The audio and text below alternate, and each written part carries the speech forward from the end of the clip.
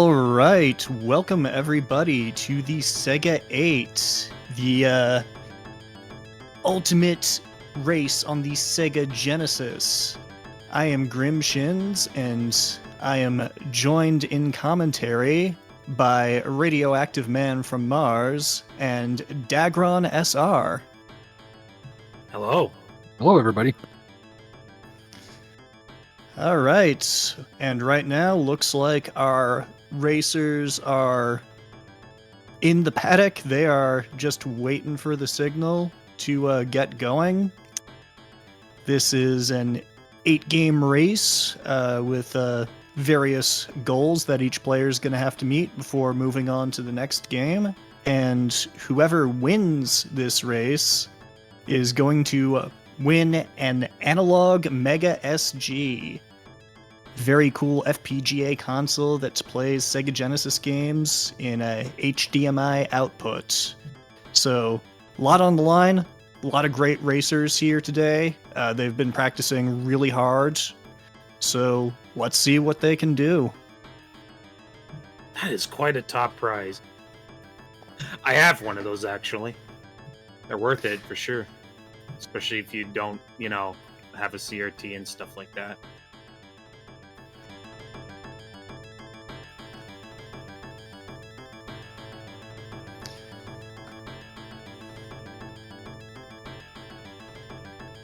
All right. Just waiting on confirmation that we're getting ready to start. So yeah, I guess while we were waiting on that, I guess we didn't actually introduce ourselves. I am Dagron SR. The other guy, Radman, you can introduce yourself. Hey, what up, everybody? Radioactive Man from Mars. My friends call me Radman, so all you Sega fans can call me Radman.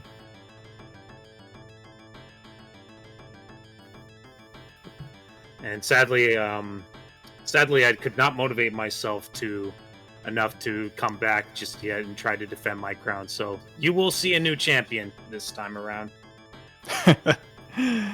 This is 8 selectable games from this race. They came from a different Sega 16 race, and I guess they chose the best out of the 8. Yes, out of the 16. Although that's debatable because past experience did kind of educate us that 16 games, a little bit too many. 8 games, reasonable happy medium. Right. Completely fair. Esta wants to know if he can call you Dadman, Radman. Sure. Yes, Bacon. 16 was too much blast processing. The internet couldn't handle it.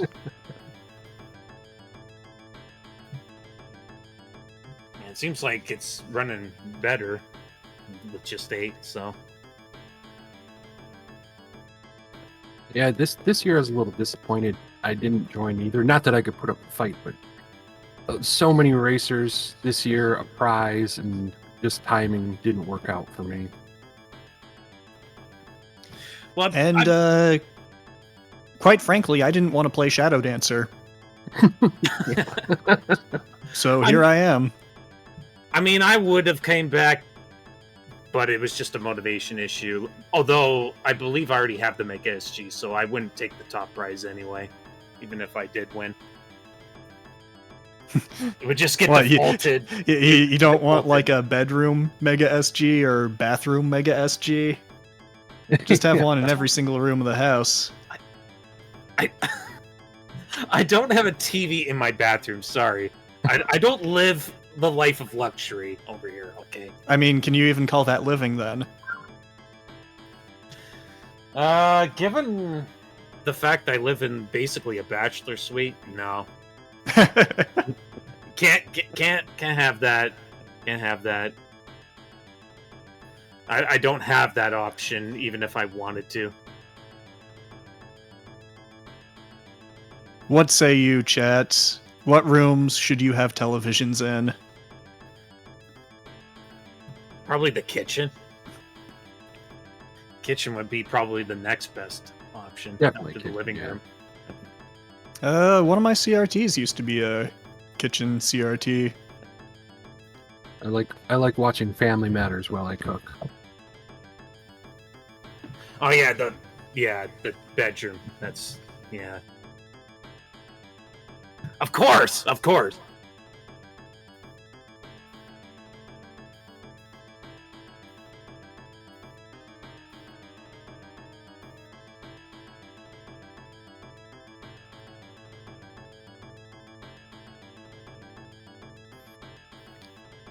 All right.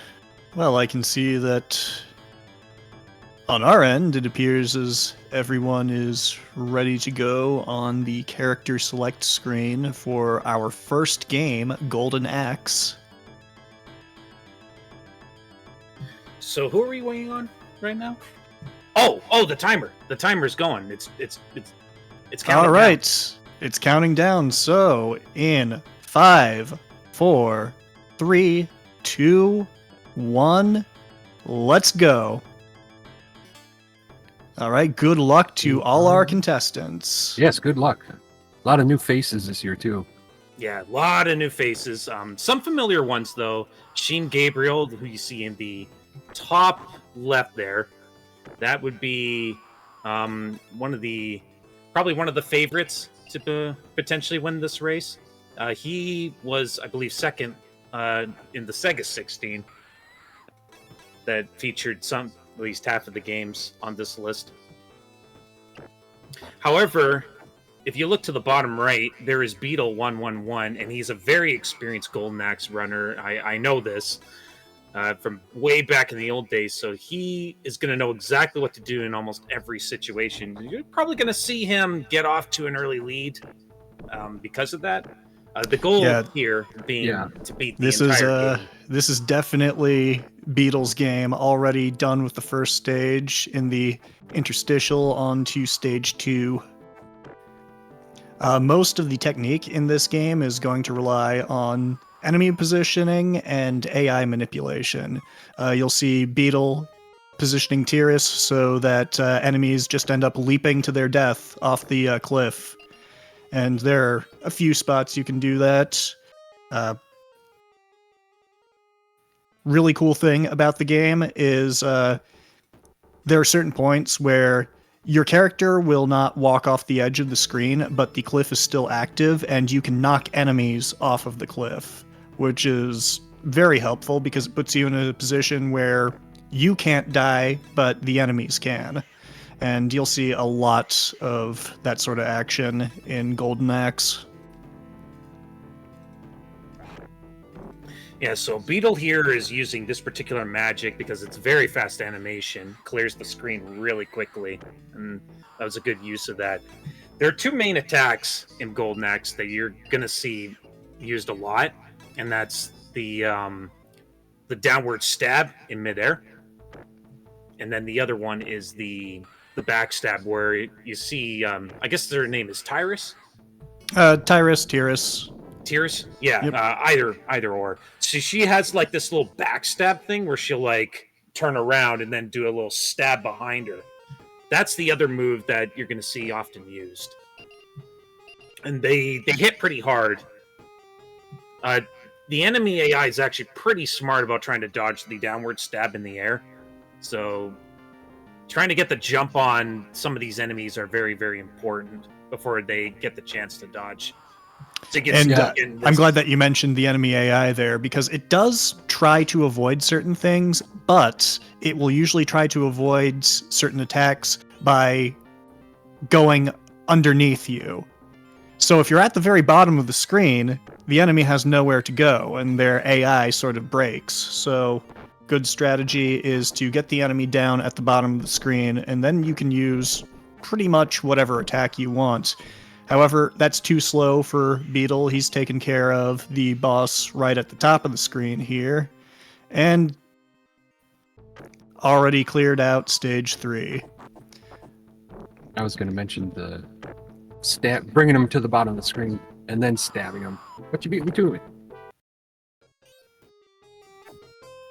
And It Beetle's looks quite like experienced, Sheem Gabriel is not too far behind Beetle, Same finishing with up the Chill boss Run. there.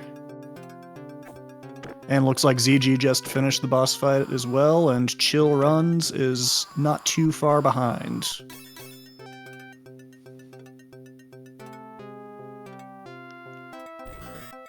Yeah, one of the big luck factors too, I believe, is those little gnomes that can run different spots, I believe.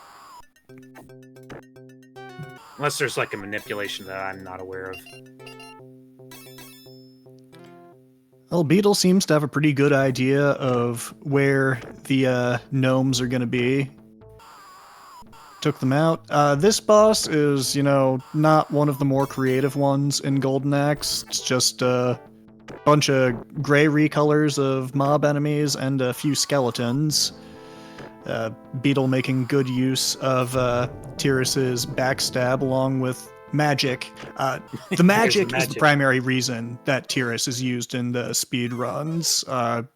She's got the most powerful magic abilities, and her backstab special attack comes out faster and hits harder than the other characters' specials, so pretty easy choice if you want to go fast. Yeah, that's like magic is very key for getting a top time in this game. It's also why most people choose not to use.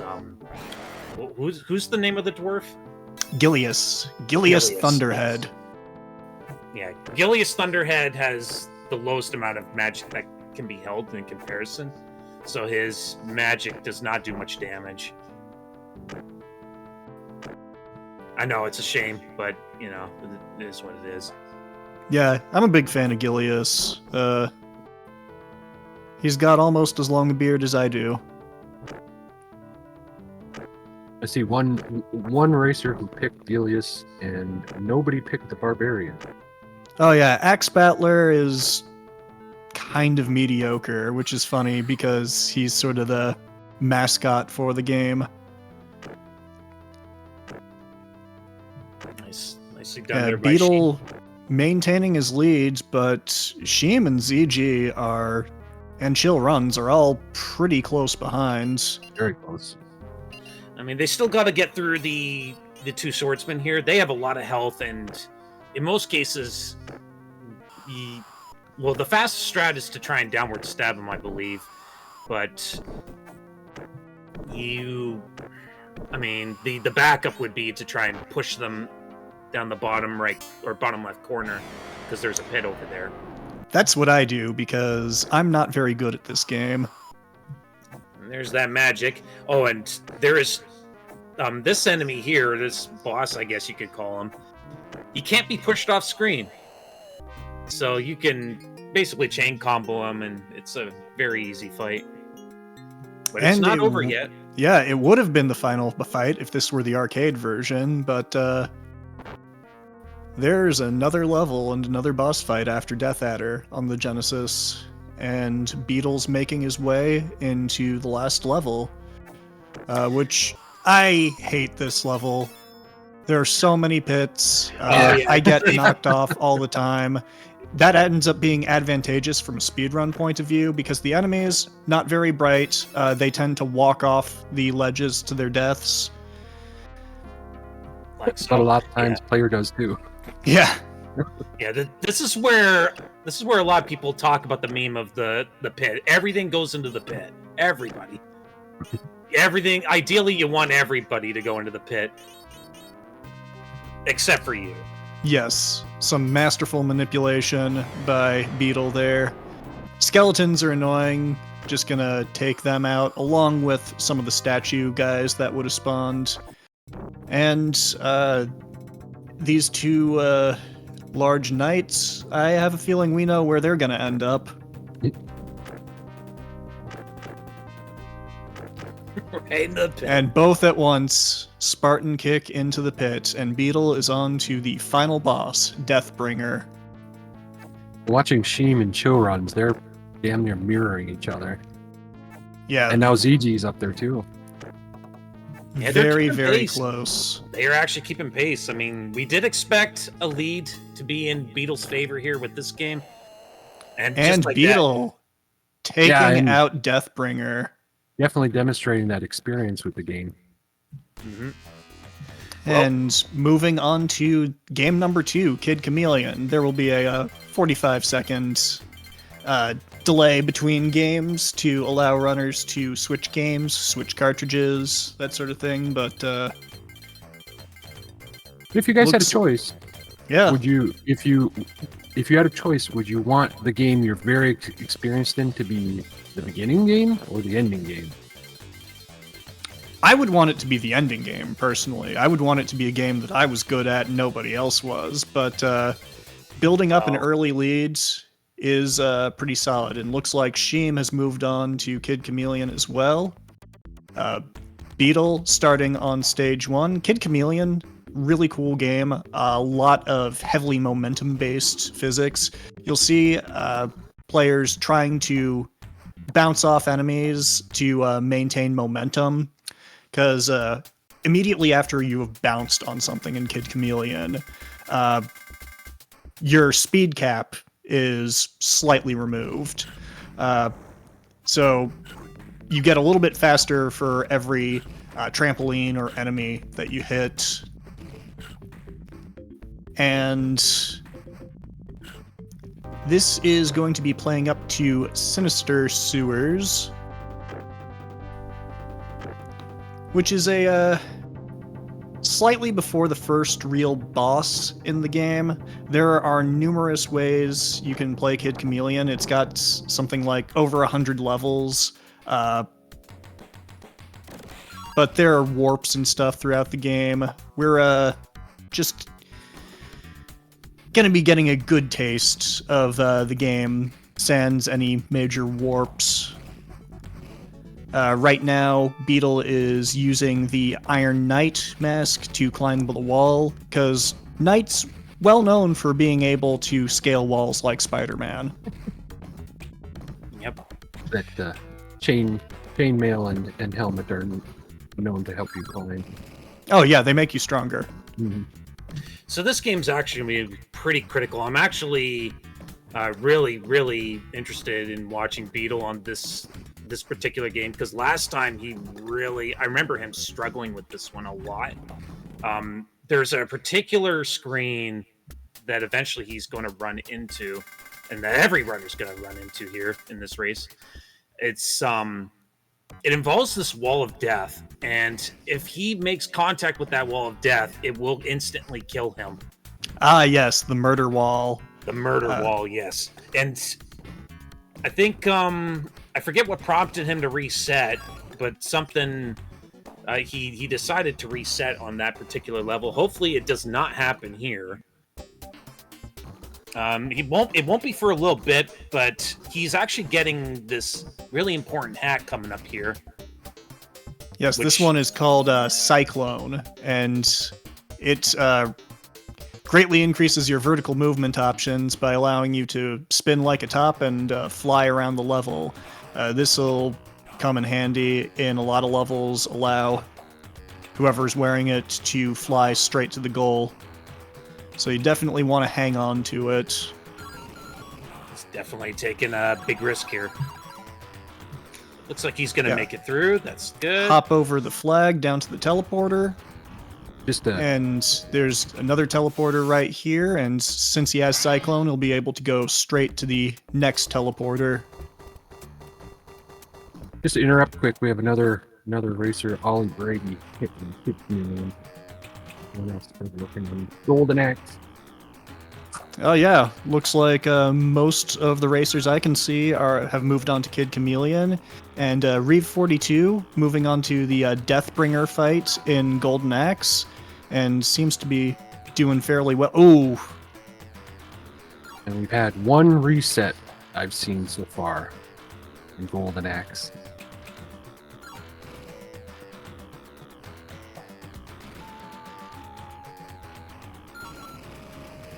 Beal being extra careful there. Yeah, you don't... ideally, you really do not want to lose the Cyclone. I mean, obviously, it's not the worst. You could get through the murder wall stage without it. Yes, and on this level, you really want Cyclone for this level that Beetle is just finishing up now, because you can fly straight to the goal. You can make that jump with the Red Stealth Samurai helmet and a little bit of tricky inputs, but it's better to have Cyclone. All right, so Beetle's on the level. murder wall now. This is Hills of the Warrior. He's got to outpace this horrible mechanical monstrosity of murder, as it was. Oh, he lost it. Oh, he might be in trouble now. Okay, he might be able to make it. He might be able to make it to the next... I wonder, he's going to take the... Oh, no, he didn't take damage. And he's going to get the Sky Cutter helmet now. This is essential for the rest of the level. This is very scary right here. Okay, he's going to make it past the big bottleneck part there. Yeah, that part is scary. I think he's going to make it. So that's... that was a big... I think that was the part right there that he struggled with last time. Yes, okay. Good, he made it. Looks like Sheem is grabbing the Sky Cutter helmet as well. Sky Cutter's very helpful because his special ability is being able to flip his board over and invert gravity. So instead of falling towards the floor, you fall towards the ceiling. And that is going to be essential for a number of levels in the run. And these guys are making that Sky Cutter look easy, but it's so difficult to control because it feels so slippery. So unfortunately, he lost the skateboard, but I mean, at this point, it's not really a big deal. Yeah. He just has to... There is a number of backups he can utilize if he can get to... Yeah, it takes slightly longer on that stage. You saw Beetle had to go around instead of using Sky Cutter to flip upside down, then break the blocks with his head. Looks like we might be seeing that strategy from Sheem, who has taken less damage.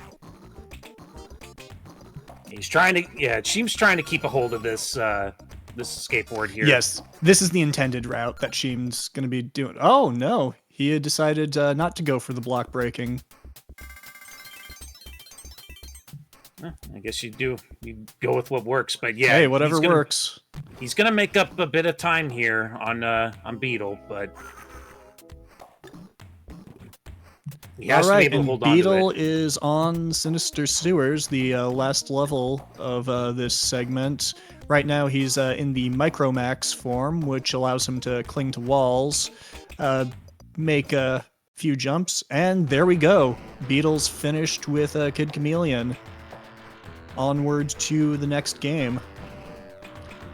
And Sheem shortly behind him. Different strategy. Sheem is using Sky Cutter just to stick to the ceiling and go all the way to the end of the level. And Sheem's on to Rocket Knight Adventures as well. This is a very close race. I think Sheem definitely caught up a little bit during Kid Chameleon. Yep. He definitely caught up, but what is important to still remember for Beetle, and I'm sure he's got to be feeling a bit of relief getting past that part of Kid Chameleon. You know, he's still well in this race. Now it is still anybody's race because the upcoming games, I think especially Gain Ground in particular, will be... Gain Ground is going to be... That's going to be exciting one. We'll talk about that one when we get that far. But right now we have Rocket Knight Adventures, and well, I guess this is probably where I come into play because I have the. I think I still have the record for the easy difficulty of this game, but there is a bit of a pretty complex movement tech with this game. You move really, really fast in it because if you keep hopping while you're like moving really fast and sliding, you can keep that speed as long as you keep hopping. And that's something that gets really taken advantage of in the actual speed run. There's also a lot of mini bosses in this game. Oh yeah, and beating the bosses quickly is essential. I believe most of the time, runners are going to want to hit the boss with their swords because if they get real close and smack it with the swords, both the projectile and the swords count as hitting the boss. Correct me if I'm wrong there, Dagron. Oh, sorry, what? I'm sorry, I'm like paying attention to the game here. Hold on. What was it that you said? So for most boss fights, you want to be hitting the boss with your sword rather than simply the projectile because you get more damage that way, correct? For most of them, yes. There's some that are not beneficial either way. Like it's just hit based for their for how much damage you do to them. That was like, a beautiful quick kill that Beetle just did on that boss, and I believe we're going to see from Sheem as well. Excellent. But yeah, HP-based bosses, you want to use the base sword, because it damages per frame. However, that one mini-boss with that pig riding that tank, that's a hit-based boss. So it's just dependent on how many times you hit them. So it doesn't matter what you hit the boss with. Now you can see that Sheem's got much lower health, and he's clearly doing that intentionally because at the end of every stage, the health will count down, and that saves time to do that. His health is very low, though. That is slightly lower than I would feel comfortable doing the level, Right. but it is optimal. And this entire game is designed such that you never have to take damage, because on hard mode, it's one-hit deaths. So if it is perfectly doable for Sheem to get through the rest of this level without taking damage, but it is he got some kind health. yeah, kind of So- a high-risk, high-reward scenario. Correct me if I'm wrong. This boss Beetle's on, there is a quick kill to it. Yes, and this is another hit-based boss. Like you can just use the projectile. And okay, so Beetle managed to avoid the really bad attack where he just chills up in the top. Right. Yep. And she gets an Sheem, even better got- kill. this is Chill runs. We might also. be Chill neck and Run neck. says an even better kill. Wow, this is tight this now is between really three close people. because Sheem's strategy of going into the boss fight at low health paid off because that heart countdown at the end. And Chill Run's right behind. This is Yeah, so we're coming up to a very critical quick kill, and I don't know who's going to get it, but whoever gets it is going to have quite an advantage. all right. Beetle got the quick kill. ZG unfortunately did not get the quick kill on this boss here. Sheem did though, so Sorry, ZG. I mean ZG. Since we started Rocket Knight Adventures, Chill Runs has been right on Sheem's heels the entire time. All right. So now they're coming up to the next mini boss here in stage 2. This is very, very important. Oh, it looks like Beetle missed it. She missed it too. Let's see what Chill can do. now you sort of invented the quick kill for this boss, right, Dag? Yeah, I got the setup on this one. It used to be quite different, actually, but much more difficult to pull off the old way. So I kind of had a different setup and really grinded practicing it, and it's been approved. It's a much more consistent quick kill now because of that setup change. Sheem has entered first place. Oh wow, yeah. Very Yeah, this stage is actually quite technical considering, you have an auto scroller in it, but leading up to it, there's some pretty key boosts that you kind of have to get, and a lot of enemies you got to navigate around too. It gets quite tricky. This of is course- always one of my favorite levels playing this game growing up. I love the music, especially how it kind of syncs up with what's going on screen very well. I thought that was a just brilliant move by the composer. And Sheem doing something a little dangerous there just to shave a little time off the level by using the rocket boost to clear a jump just ever so slightly faster. That can't save more than like a second, but every second counts. Yeah, it's all about trying to get that little bit of an extra lead on the people hot on his heels. But yes, right now Sheem is in the lead right now. But I mean, just Sheem, Beetle, and Chill are so close to each other.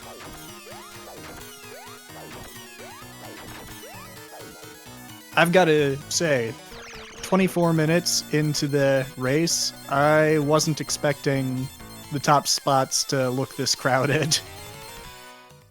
Sheem looks a little close there. Yeah, takes the hit. Let's see, Beetle gets the right position. No, too close. Yeah, getting that right spot to kill that first phase is a lot harder than it might seem. So it's and of course you take 2 damage every time you collide with the train. So and Chill runs and Beetle doing the second phase. Sheem's moving on to the third phase now. I love the first and third phases of this boss fight. It's just so Chill satisfying. Dies. Oh no, dude, that sucks. Oh, that is going to be a pretty bad setback. Sheem manages to kill the boss. And gets a fantastic frame of Sparkster.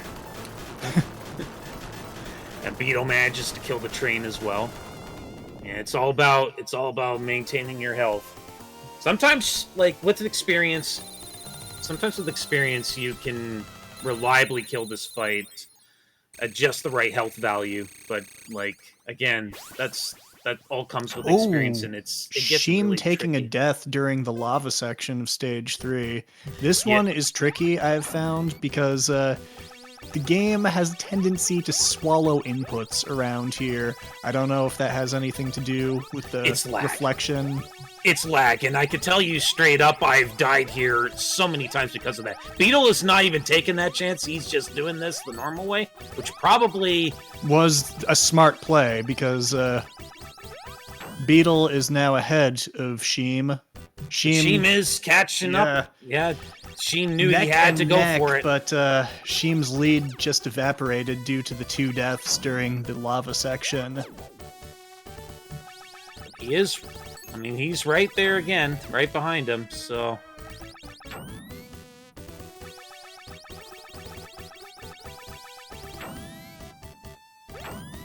Oh, and just like that, took back the lead. Yeah, that's a really tricky section with the fish and the wave cycles. It's like you're able, if you do it perfectly, you can. Oh, that was very nice by Chilled Runs. Wow, just perfectly executed that lava section. But yeah, that wave section is very difficult to do. Like, you have to, like, every boost is critical. You have to do it right in order to keep moving right. You can see Chill is also struggling a little bit here as well. It's rather you can really get screwed by hitting a particular wave cycle at the wrong time. Oh, Beetle couldn't get out of the lava in time. Oh, no. So, now that may have been early enough into the auto-scroller. I can't remember exactly where he died, but it looked like he wasn't too far into it, so... Yes, it's not like he's going to have to replay the entire auto-scroller, but,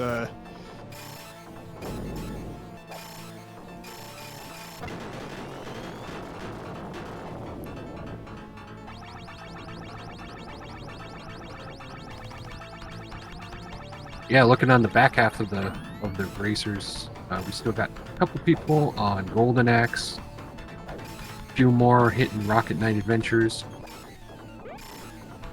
All right, looks like Sheem and Beetle. Well, Sheem just took out the boss, and we'll be moving on to the next game.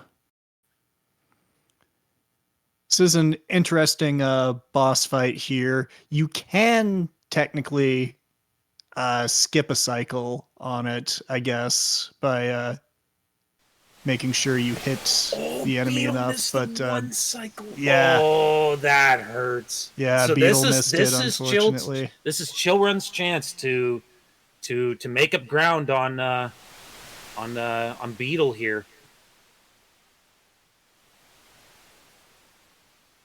Sheem, of course, on to OutRun now. Now, OutRun's kind of an interesting game where you can pretty much go multiple routes. Get ready. Oh, Chill got hit. So he does not make ground on Beetle here.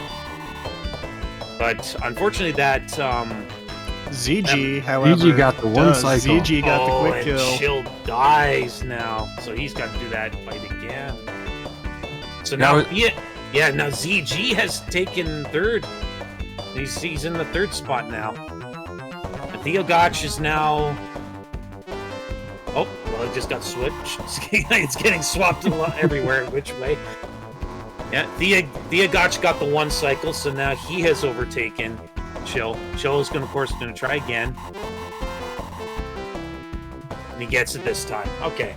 So we got a lot of people now moving on to OutRun. And Sheem, of course, already started. Yeah, OutRun, fantastic game. I will be very interested to see which routing each player is taking. Because there are certain routes that are objectively faster to get to the goal. For this, it's just beat the game. We're not aiming for a particular goal, so it's up to them to decide which goal they want to hit.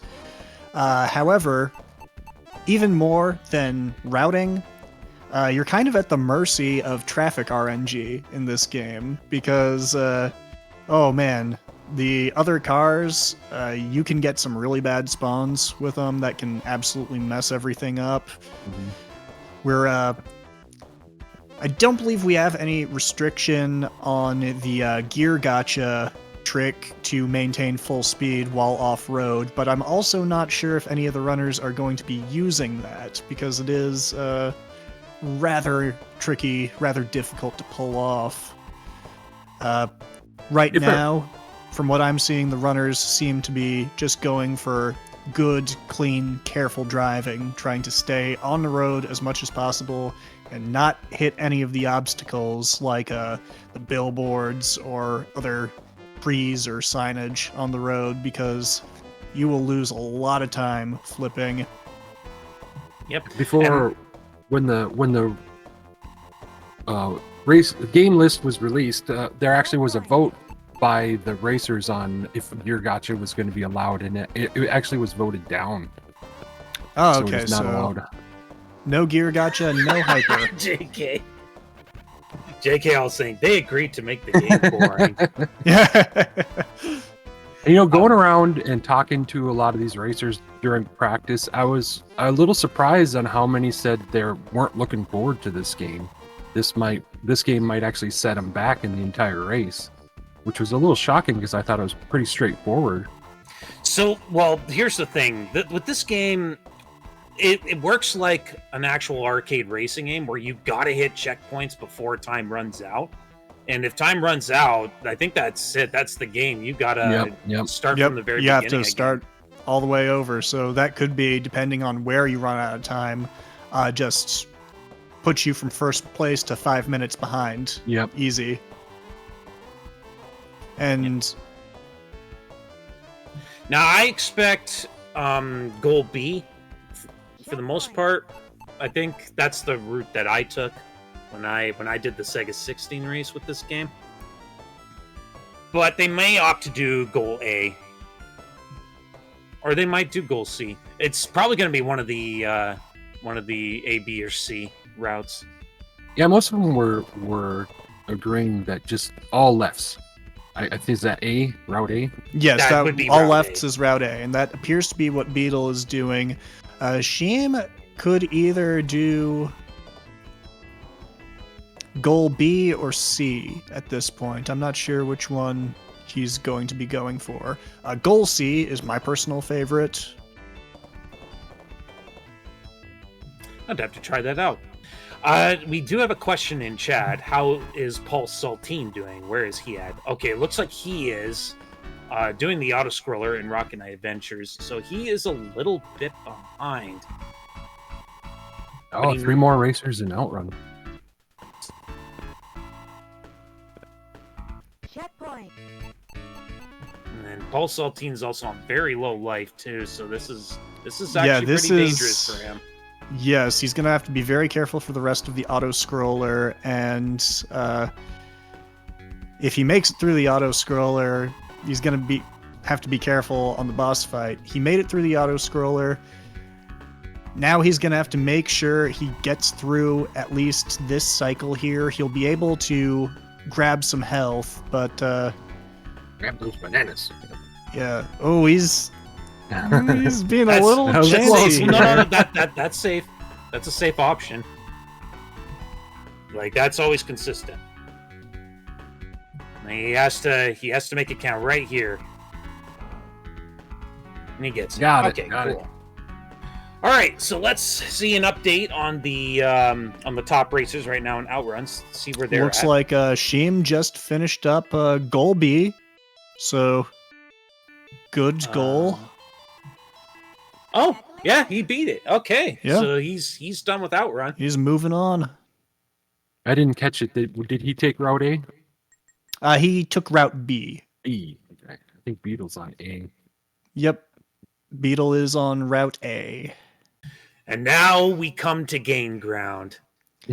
Oh boy, Yeah. Gain Ground. This is the game that we expect potentially some real messy things to have happen. Cypherin is very excited about this one. He's our good friend here, Cypherin. He has ran this game or that game, I believe, on the hardest difficulty, which is all the stages. But the idea of Gain Ground is I think you start off with like 4 selectable characters. And you got to get all of them to the goal, or you got to kill 3 of them, and then and just let the fastest one through. Yeah, another in way order of to thinking. stop all this. Yeah. Oh, it's just 3. It's just 3 you start off with. So they want to start with Sheem wants to start with this guy right here because he moves the fastest. He's also picked up this dwarf, and he needs to hold on to it because that dwarf has a lot of. I think he's got better range. Yeah, and a very rapid rate of fire with the crossbow there. You can kind of think of the overall design of this game as you have to get all of your living party members to the exit. So the easiest way to save time is to ensure that only one of your party members is alive, so you can just go straight to the exit. And that's the strategy that Sheem is using here, having got our sort of dwarven Viking crossbowman. He's the best character in the game. And yeah, just he almost got caught in that corner tagged. Expert that dodging. Was so though. scary. That was this is a very scary game sometimes. Even just a little bit of mess up in the movement can get you stuck, and then you're done. Like you're getting hit with something. That's kind of where the gamble in this game comes from. Do you run with just one character, risking dying, or take multiples and use more time up? That stage that Sheem was just on, stage 6, that's a really crazy stage. And Beetle appears to be using the same strategy as Sheem, ZG as well. They're all rolling with the high-risk strat of just using one character, and I mean, I guess they've practiced enough to reliably do this, but man, it's tense.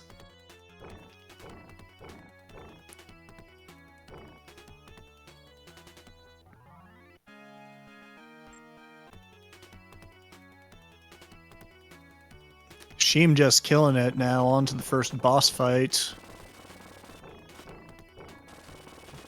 I do not know, but yeah, Sheem right now having to get rid of all of these demons' heads.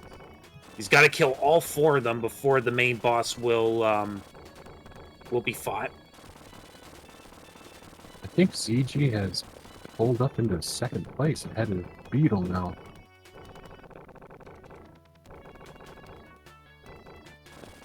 Yeah. Yep. ZG rolling into stage 8, where I can't see it for some reason. I think SegaCrew's feed, I think, went down on my end. are you watching the live feed in the Discord? Yes. Okay, it came back. All right, so where are we at here? So ZG... Yeah, ZG has... Now, he's only ahead by, like, a tiny bit on Beetle. But he did die, so now he's got to re-kill off some characters. So Beetle, once again, reclaiming the lead again on... Or reclaiming the lead on ZG here. Yeah, getting hit and losing this character it's rough. It's a tough thing to recover from.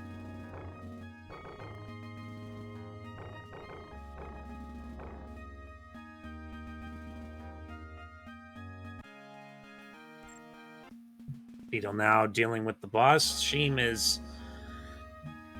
is on round 5, or sorry, round 2, stage 5. And I think for the most part, he should be able to charge through the next couple of stages. They're not too difficult. Well, as far as gain ground is concerned. As far as gain ground is concerned, yes. But he is going to eventually hit, I think it's stage 9, where it gets really tricky and you really have to play it ultra safe. Yeah, I think stage 8's also pretty brutal too. It's all because of these darn magicians here.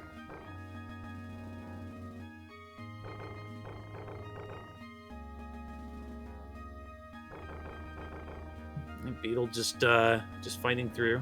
Yeah, so stage 9. Okay, so Beetle's on stage 3. Where is ZG at? Stage 2. So a stage is all that separates ZG and Beetle right now. Yeah, Sheem's still holding on to a fairly Beetle commanding dies. lead. Oh, Beetle dies. That's going to be rough. So now he's going to have to recover that dwarf, get him through, and now he has to spend time killing off these characters again. So if ZG can get through this, he's playing it very, very safe here, which might not be a bad play. And that stage that... and he dies too? Wow, that is a rough section. Yeah, that stage is notorious for just wiping it out. The one that most Sheem people are fighting like, a round 2 boss here. Sheem just has that safe spot. Yep. Got the sweet spot so the boss can't even hit him, and yeah, there you go. And just sneaks right in and yeah, just gain ground. Sheem's gonna be moving on to Beyond Oasis. So the goal for Beyond Oasis is actually pretty short, but there is a few tricks in it. And mechanically, the game is quite interesting. It's the battle system is very... Yeah, the battle system, even though it's a top-down action RPG, much like Legend of Zelda, your special moves actually require command inputs kind of similar to a fighting game. So there's plenty of like back, forward, back. There's like full circles or quarter circles in your inputs, which is very interesting. I can't think of any other games that do that other than its sequel, Legend of Oasis.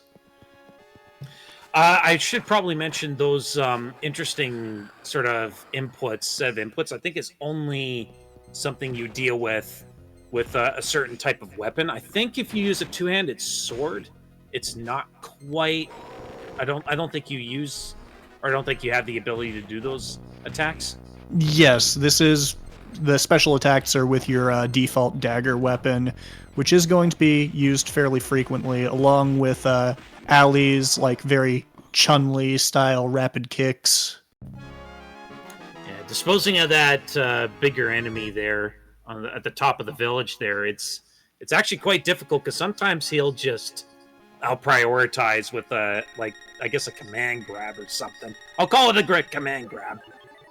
But sometimes he'll just grab and start strangling your character. It's a pretty, well, it's not like a nasty attack or anything, but it just wastes a lot of time if he does that move.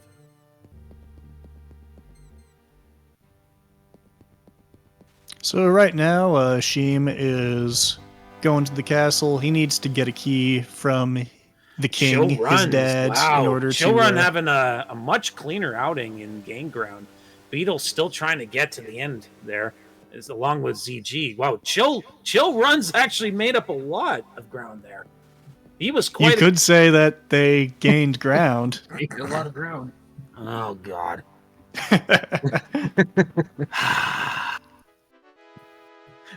It's all good. It's all good. Puns, you know. So now that Sheem has the key to the first dungeon, he's gonna go get his first companion, Ditto, the water spirit.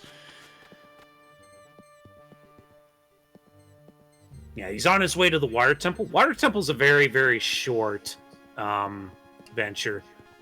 Like, it's a very, very short dungeon. It's like maybe a few rooms he has to go through. Maybe 3 rooms in total. But it's not that little, but it's no more than 10. It's very, very small amount of rooms he has to get through, and they're all very short rooms for the most part. There is a weapon he's probably gonna want to pick up, I would imagine, in that water temple. Yes, it depends on the strategy that he intends to do for the boss fight, though. That enemy just getting in his way, trying to stop Sheen, but of course it doesn't matter. Yeah, the controls are a little finicky with Beyond Oasis, but she made it. And is grabbing the two-handed swords. Very nice, yeah. So that will at least partially be used during the boss fight. Yeah, trying to land hits with this little flip attack is actually very difficult. It's harder than it seems. And there's a little slime here that he wants to kill that contains the key. Perfectly done. Yeah. So, and he's already almost at the end of the water temple now. Yep, just has to make sure he jumps here, doesn't get washed away by the water.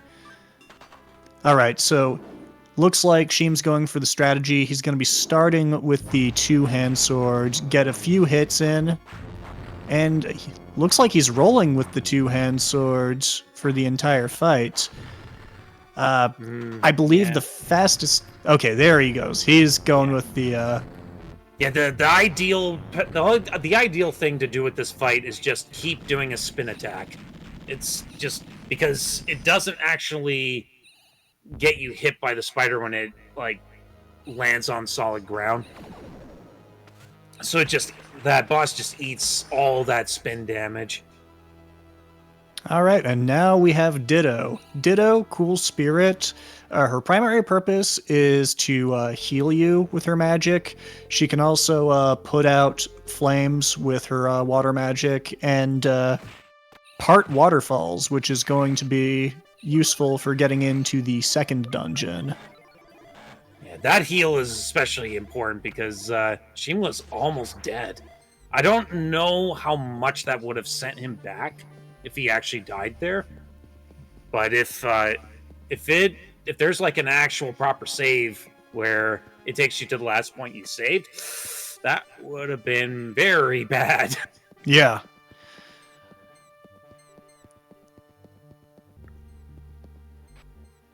But he's Fortunately, he appears to be in good shape right now and is just making his way.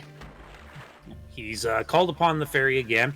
There's also a little bit of tricks that that involve the ferry in order to like sort of skip certain puzzles. Yes, there is a pretty big skip in this dungeon that involves Ditto. It'll be interesting to see if Sheem can get it. First, he has to get through a few of these. He's got to kill this one. Can we just call these guys ogres?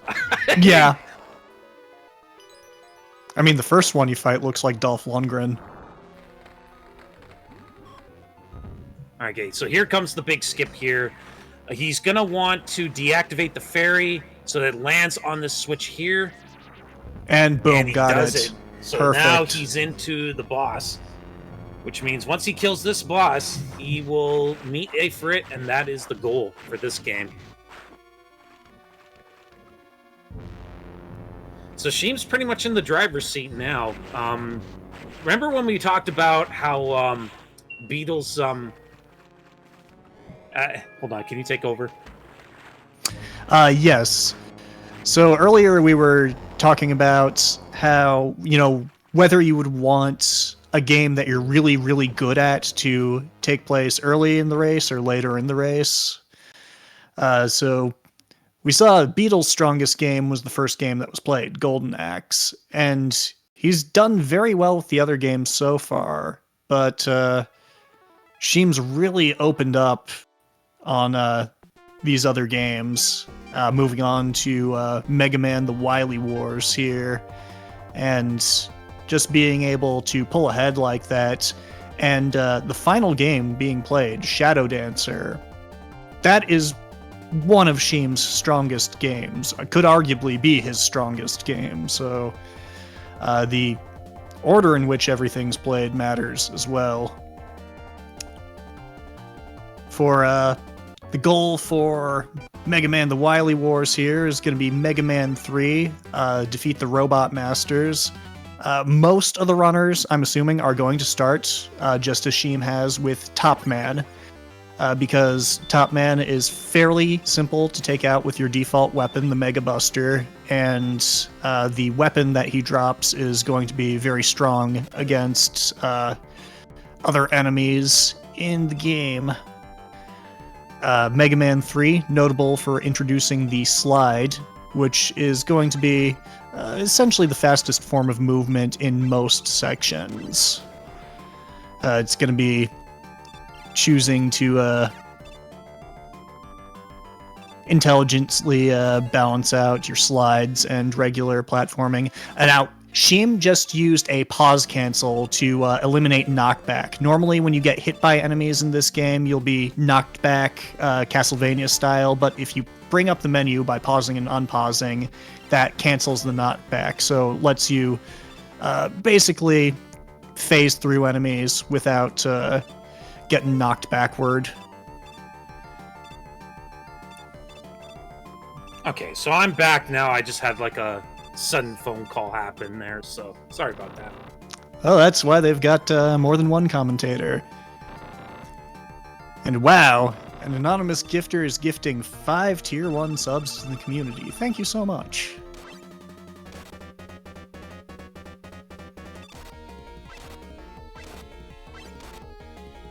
Fairly simple pattern on Top Man here. Sheem doing a good job of dodging his attacks and just getting as close as possible to the boss so he can spam the Mega Buster. Clean fight. As with most Mega Man games, you can only have a certain number of projectiles on screen at once, so the fastest way to kill bosses is to get right up in their face and just spam the fire button. That way, the projectiles spend less time on screen and you can shoot again.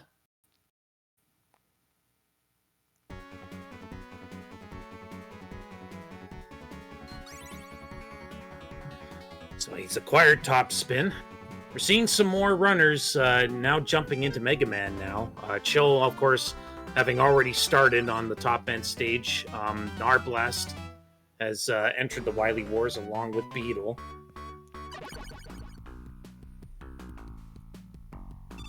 And Mega Man 3 apparently is a fairly strong title for chill runs, so it'll be interesting to see if he manages to gain a little more ground in this.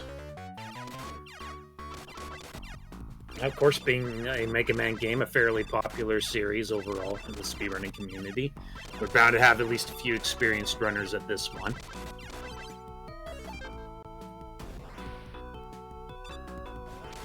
But we'll see if that experience can make up ground, because, I mean, as we've already said, Sheem's got at least a stage on Chill for right now. Although Chill is now on the on Top Man himself, so. And of course, any death can shift this. And dying happens fairly frequently in Mega Man games. I know, right? At least if I'm playing them. This is an annoying screen that Sheem is on, but the trick is just to keep moving forwards. The enemies fall at such a rate that as long as you maintain your forward momentum, you'll be able to sneak right under them. And Sheem is going to be using Top Man's weapon to make very short work of this boss. I mean, fight's already over. Yep. So they do this order because, of course, each weapon they acquire is like the strong weapon against whatever they are going to be fighting next. Or at least that's the logic behind it. Oh, looks like Beetle just took a death in a platforming section, which is unfortunate. That sends him back a fair ways. Our blast on Top Man here, and Chill Run on Proto Man, and Proto Man's done. So Sheem is now moving on to Snake Man. Or no, sorry, Needle Man. My apologies.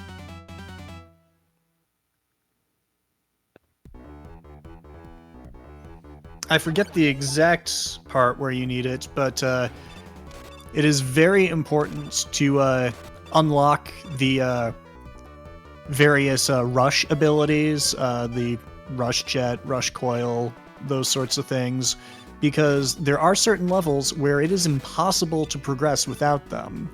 And being as this is a Mega Man game, you can select whatever level you want as your starting level. And if you get to one of those points and you don't have the rush abilities, well, then you're just screwed and need to game over and back out of the level, which always struck me as fantastic level design. You know, I like being punished for something that I couldn't have possibly had any way of knowing what I was supposed to do. Ooh, taking 2 hits from that one guy. So this is a little dangerous now for Sheem. A little bit low on health, although he has made it to the boss, so at the very least... He had an E-tank in reserve, so he was able to restore his health. A solid backup.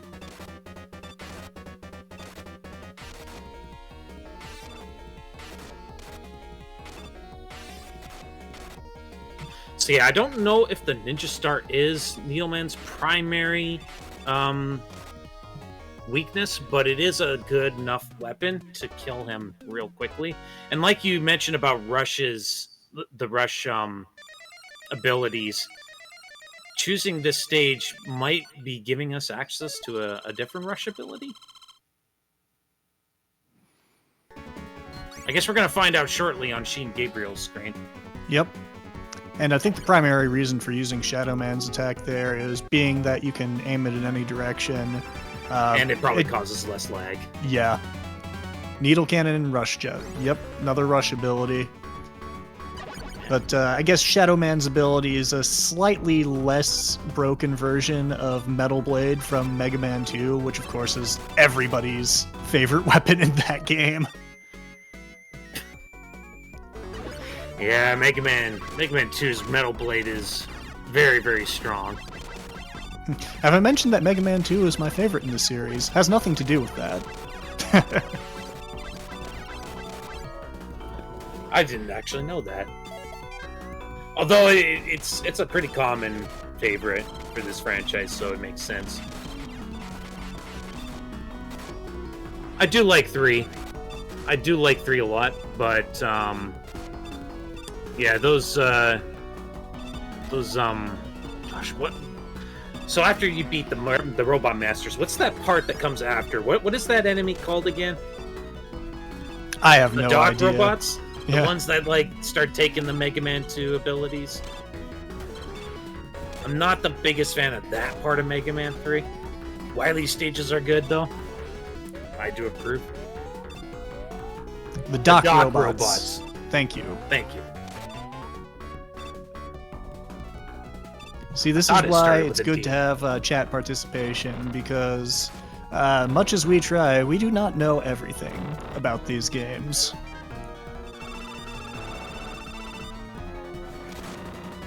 Now for the next Sega 8, when y'all are playing nothing but Echo the Dolphin and El Viento, then I'll be able to commentate real intelligently.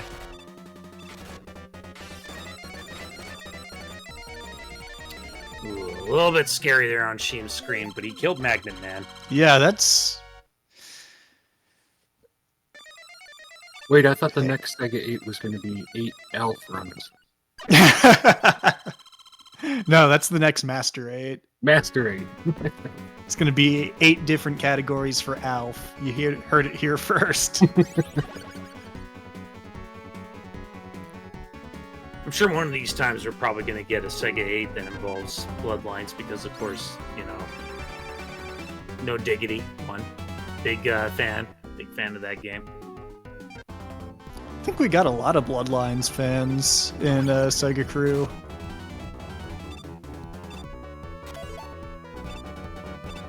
Alright, and I will step away briefly here, so talk amongst yourselves. But if Okay. we do that, we have to throw a curveball and say you can only use John.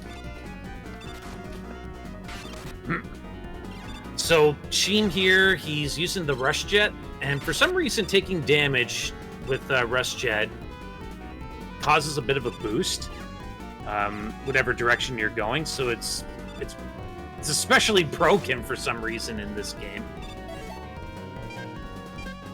But it really helps get you past a lot of hazards here. You know, and as fast as possible too. Oh, Sheem a little bit caught up there, but he's up the ladder. And it seems like while he's on that rush jet, if he gets hit, he kind of gets a boost forward. Yep. Now, of course, he's probably still got to be pretty careful with his health because he is pretty low.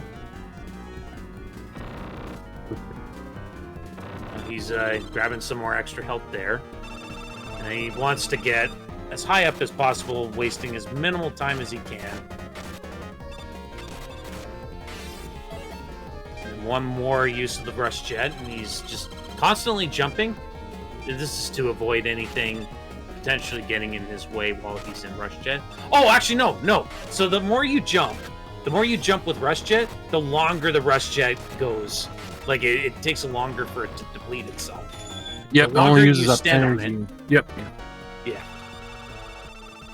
I almost forgot about that.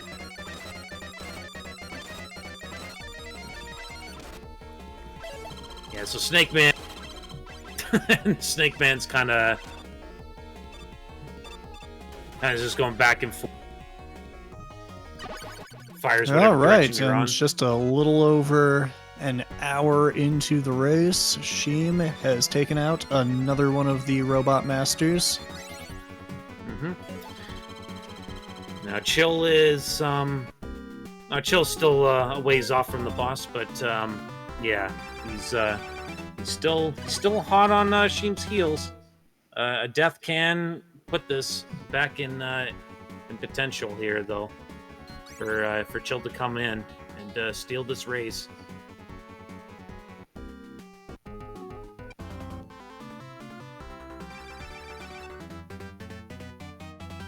These racers, man, just over an hour, they're already on game 7. Game 7, and actually, I believe more than halfway through the goal for Game 7. So,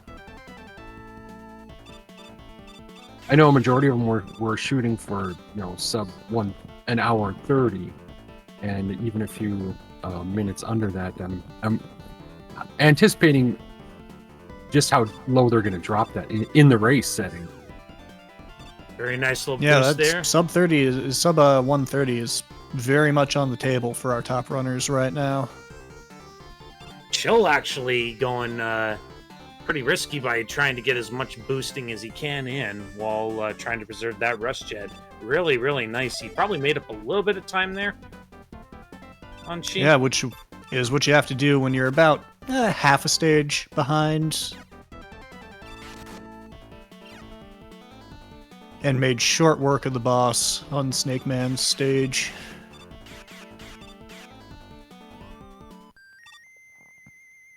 So Sheem's got another battle with Proto Man here. Narblast making his way through Snake Man's stage. Beetle just entered Snake Man's.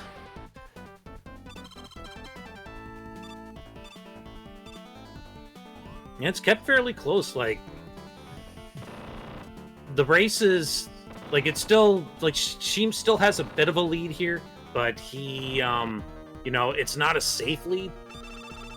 Like, he actually still has to prevent dying. Dying is very much not an option. And, we expect him to not die in Shadow Dancer, but you never know. You never know, and considering Shadow Dancer being a one-hit kill kind of game, Yep.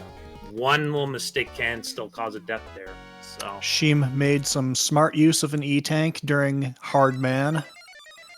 real Managed nice clip to- there by Chill Run.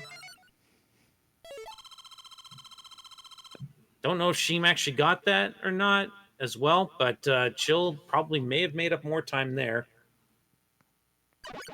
Really seeing that experience. Narblast had me a little worried going into Snake Man's fight with very low health.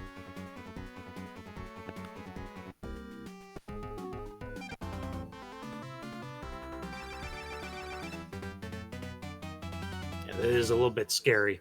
Like, these bosses do quite a bit of damage, so it is pretty scary.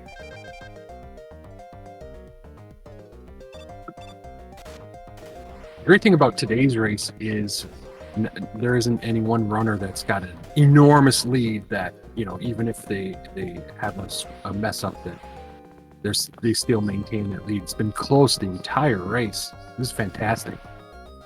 Yeah, it certainly made things more exciting. Right now on Sheem's screen, you'll notice that Mega Man is kind of chilling off screen. The fastest way through that area is to get on the rush jet and just place Mega Man above the fray. That way. Oh, he did a little skip there. Yep. So Sheem has done, I guess that's called the proto skip. Oh, yes. Yeah. You can skip Proto Man there, and you'll notice that the music is now gone on Sheem's capture. That is just a little bug that happens in the game when you perform that skip.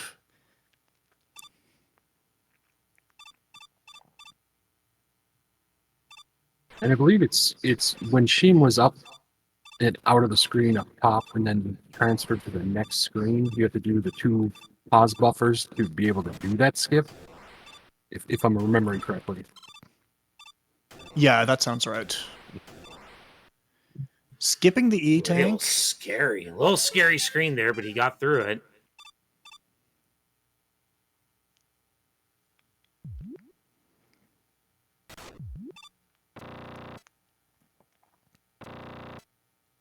Chill Runs and Beetle are very close to each other as well right now. I don't know. Like, I thought Beetle was a fair bit behind. I guess he may have done...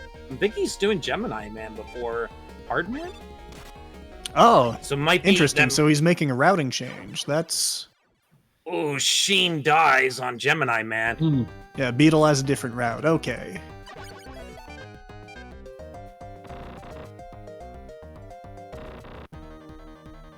So she's gonna try again. I'm assuming he's got a lot of lives to work with, and this time with full health.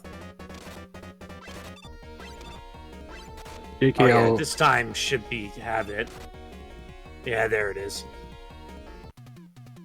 JKL correcting me that 1 pause buffer to do the pro skip is enough, but 2 gives you that safe extra amount.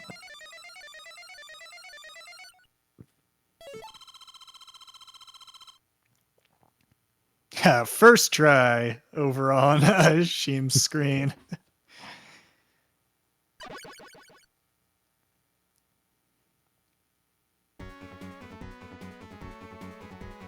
So I believe there's one more stage for Sheem as we kind of shuffle over and see what some of the other racers are up to. You can see Paul Saltine on Magnet Man stage. See some people on Snake Man stage, and you even see one just acquiring the top spin, so they probably just went into the Mega Man Wily Wars.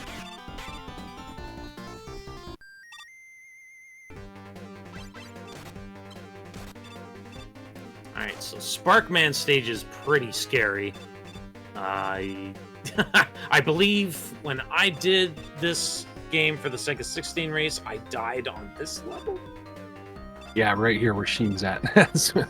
Typical for me to die in that. I think it was a later one. It involved those platforms though. So Yeah. And proud Mega Man tradition, fast-moving platforms, above or below instant kill floors and ceilings. You know, just another day in the office for Mega Man.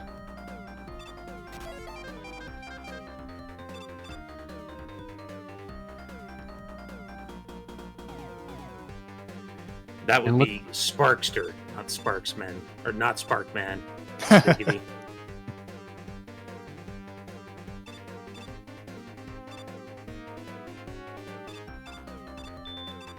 So this is the screen right here. I remember this screen being real scary.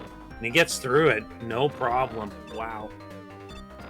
Very well-timed slides.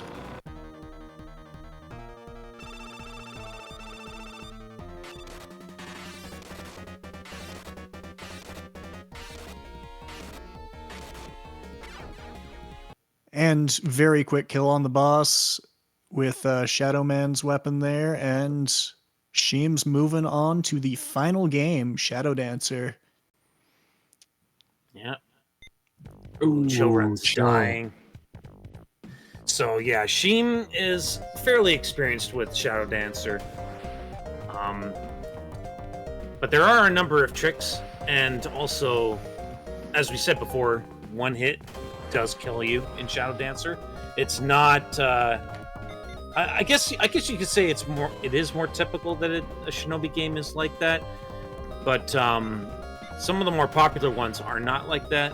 I believe Shinobi 3 is not, and neither is Revenge of Shinobi. Yeah, the mainline home console Shinobi series, Shinobi on the Master System and Revenge and Shinobi 3 on Genesis, are not one-hit kills, but Shinobi was one-hit kill in the arcades. Since Shadow Dancer is more of an arcade-style Shinobi, it's one hit and an early death, an unexpected early death for Sheem there. Bullet caught his toe. See, the way this works is if you bump into an enemy that is not attacking, you'll just get knocked back. However, if you get hit by an enemy projectile or blade, you die instantly. There's also a little bit of a trick where if he activates magic, it will turn him invincible, so he can actually jump straight through that fire pillar there. And that's what you saw him take advantage of there. And of course, once he gets to the end of the screen, he can just keep going, and it will push him to the next part of the level. Bacon is pointing out that some really cool and attractive guy made a one-hit kill Shinobi 3 ROM hack. Wonder who that could be. I wonder. Ooh, really good kill. Really good Yeah. kill there, Machine. Solid first boss. Chill runs moving on. Yeah, he's moving on now too. Has a little bit of ground to make up. This, of course, is the last game of the SEGA8. That's the And SEGA8. Narblast moving on to Shadow Dancer as well. And so very tight race for second place right now.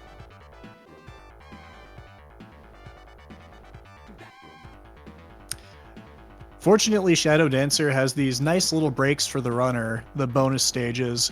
If you just don't kill any of these ninjas, you automatically get a 1-up.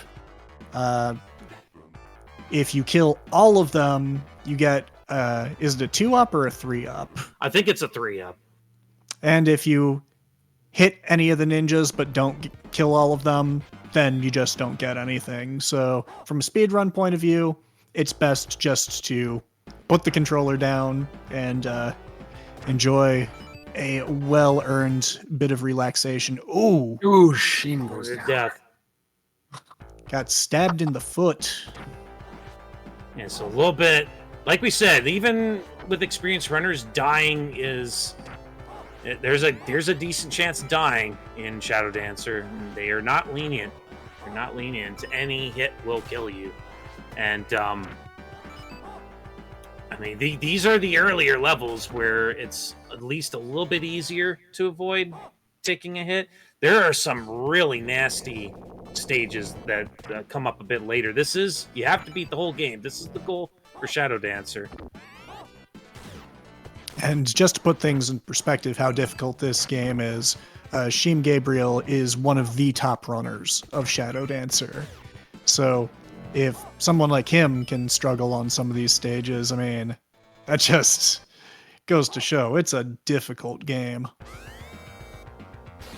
So this boss has a little bit of a glitchy thing that can occur.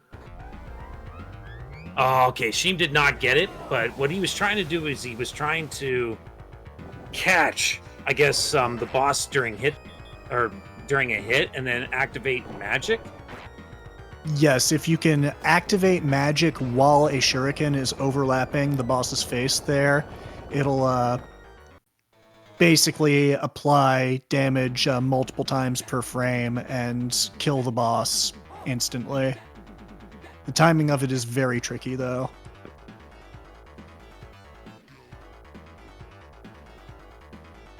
Got Narblast right on the heels of Chill Runs and Beetle stepping up to Shinobi.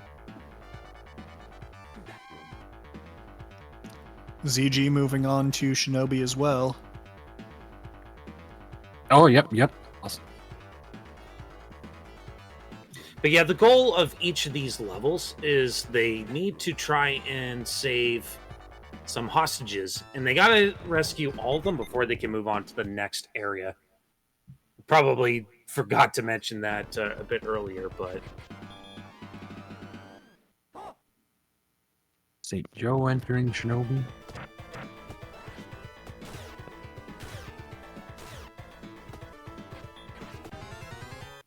oh shit! And chat pointing out that eaten inputs are very much a reality in this game.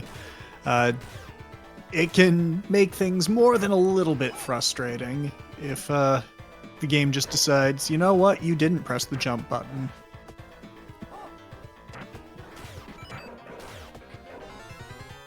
Oh man, yeah. Oh, Bit of a struggle here for Sheem. This is giving Chill a chance to catch up here. Mind you, Chill's still on the second boss. He's still got an entire bonus stage after this, but too many screw-ups here is going to start costing Sheem dearly.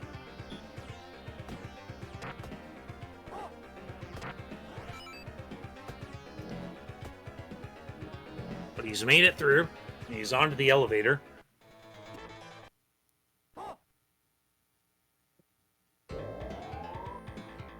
not much going on in the elevator. It's just a typical auto-scroller of which the Shinobi series is known for.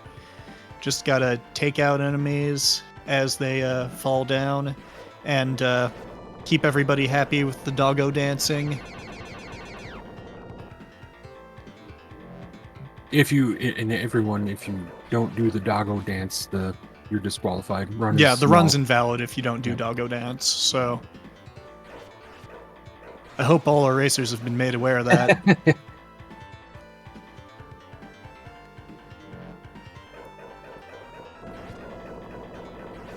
Well, back when they were doing Golden Axe, I noticed a lot of them weren't sword swiping at the running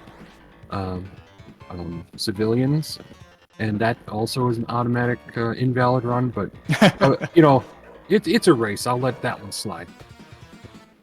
Yeah, adrenaline. Right. All right, Sheem's on the boss. There is a little bit of a quick kill here. Let's Yep. see if he gets it. Sheem is just gonna go up and kiss this boss's knees, and that gives her the ick, so she backs away, unaware that there's a bottomless pit behind her, so fairly simple boss. I find it so weird, it's just like, they don't just fall. They have to take a hit and then just start exploding like they just took a regular hit. Yeah. Given the lady totally makes sense. Totally makes sense. Chill on the elevator now. Nar just fighting his way to the elevator. So stage 4 is probably, I would say stage 4 is probably one of the it's probably the scariest level, in my opinion. Like, it's very easy to take hits.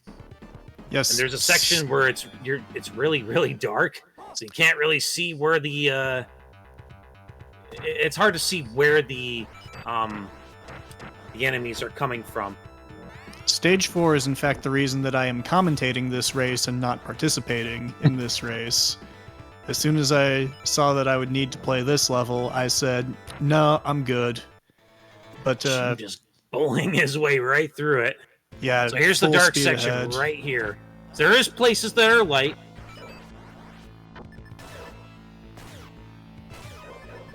Sheem utilizing the dog. That's one thing we haven't really seen too much of, is the dog. You charge up your attack, you can stun an enemy that the dog latches onto. Yeah, that's a good way to make this screen safer. It's typically not used if you're going for like a world record speed run of this, but when you're this far ahead in a race, it pays to go for the safer strats. All right, so another quick kill potentially coming up here for Sheem. This fight is very difficult. Okay, it doesn't look like he's going to get it yet. No, yeah, he's not going to get the quick kill. It's tough to chain these hits. It really is. Yeah, getting kind of a bad pattern from the wheel as well.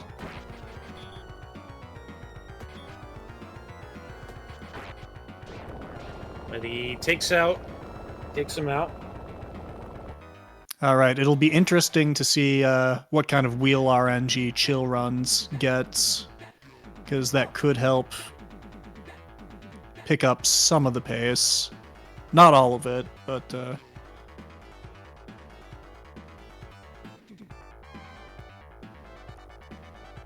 Yeah, literally the Wheel of Fortune. Wheel of Misfortune, more like.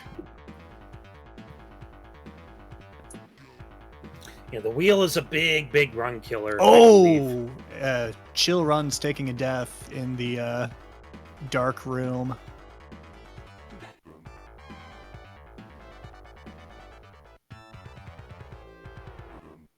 And Sheem's about to move into the final stage with a fairly commanding lead.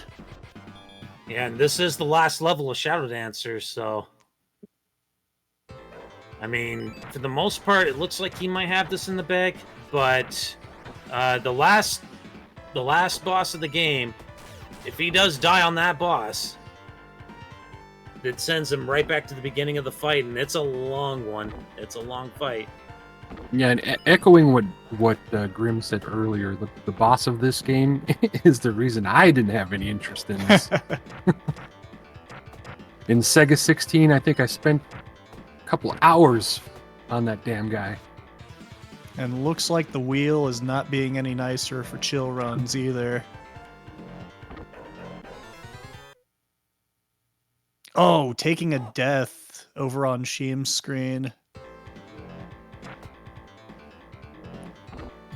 Thankfully, a death in the actual stage is not too much of a setback because these screens are very, very short. Yeah, very short. Now, this is where it gets really scary because these black ninjas, they hurt. Oh, Ooh. wow. Yeah, he has to use gonna... this. He has to use that there. Yeah, he basically knew that had to be used there. Otherwise, he was probably going to eat it at the very end. All right, Sheem on the final boss. The last trial of the Sega 8.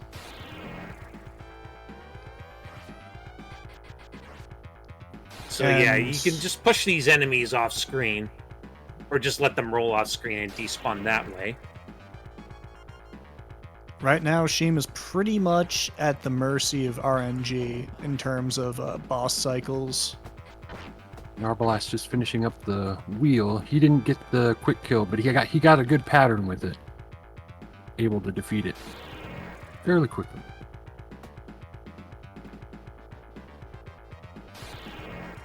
Yeah, this fight's a bit random in how fast the enemies spawn. This is another kind of factor in getting a top time in this game. Can be a little frustrating because sometimes you can just lose something like 6-7 seconds for free on this boss fight because he just was like, yeah, not gonna decide to do any attacks just yet. He's gonna give the slowest transition to each attack possible. And it can very easily add up. Now, Sheem, I believe, is on the last phase, potentially. Of course, I say potentially because this can only be killed in 3 cycles. That's the fastest you can kill this guy at. And you have to land 2 hits per each of those cycles. All right, chill runs starting the final boss. Okay, so Sheem might wrap it up right here. And he gets And that is GG for Sheem Gabriel. a fairly clean run. Sheem. At roughly 1:26:20. So that was a masterclass in terms of Sega 8 performance. Yeah, I mean, he did have a little bit of hiccups with the Shadow Dancer starting off. Managed to get it cleaned up though. Once he got past that third boss, or that first part of stage 3. Overall, impressive time for race day. Mm-hmm. Yeah, absolutely.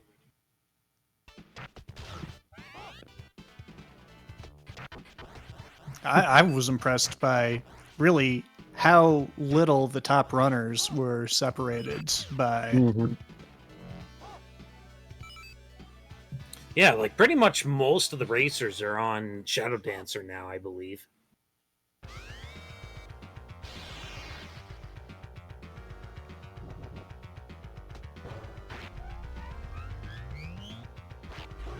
People having a little bit of trouble here. Paul Saltine on Shadow Dancer.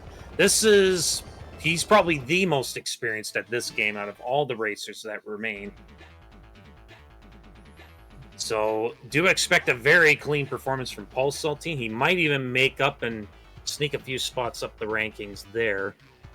Chill runs taking out the final boss of Shadow Dancer for a solid 2nd place finish.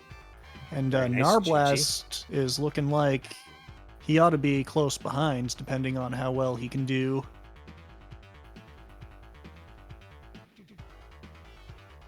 And for those who aren't aware, this is the second event Sheem has won and taken a prize.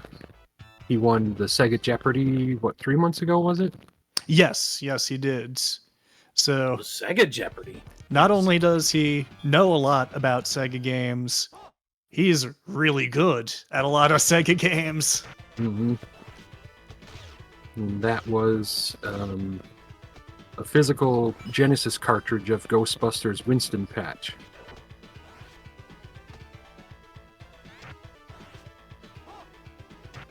And today he wins the analog SD.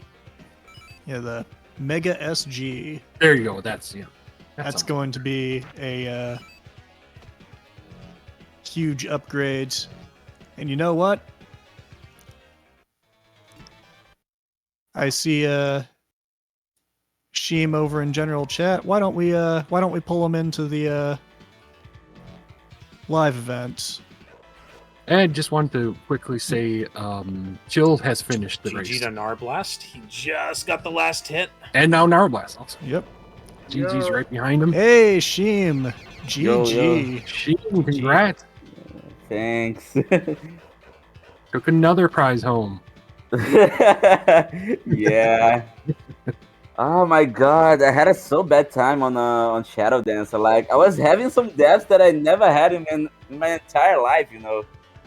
Like, I died on 2-1. Like, who does die on 2-1? Come on. Hey, the important thing is yeah. you managed to work through the race day nerves and deliver just a stunning performance for the entire race. Just very clean and consistent throughout. Yeah. But we do get where you're coming from with that, with the unfortunate string starting off with Shadow Dancer. Like we knew that you had a little bit of experience at Shadow Dancer, so you know it was a bit unexpected to see the struggle there. But yeah, you like did clean it up. You did have a clean go everywhere, pretty much everywhere else. Yeah, like when I died on 1-1, I was like, okay, this is going to snowball from here, right? And then I died there, and then on 2-1, and then Grover didn't help me because he was way high to set up the quick kill. I was like, okay, I just don't need to die on the final boss, and I'll be good. Because that could be the 125, because all of the other games, especially, oh yes, and ZG also finishing it. And Central also as well, it's very close as well. But all of the games were actually fine, especially Game Ground, because I had a gold split there on the race. So yeah, that was just a textbook Game Ground. That was a lot of fun to watch. Yeah, like I talked earlier on the race time chat that I did a sub-7 on Game Ground, so I was kind of I was prepared for what about to come, so I didn't die once with the arcade, so that was the main key to have that goal there.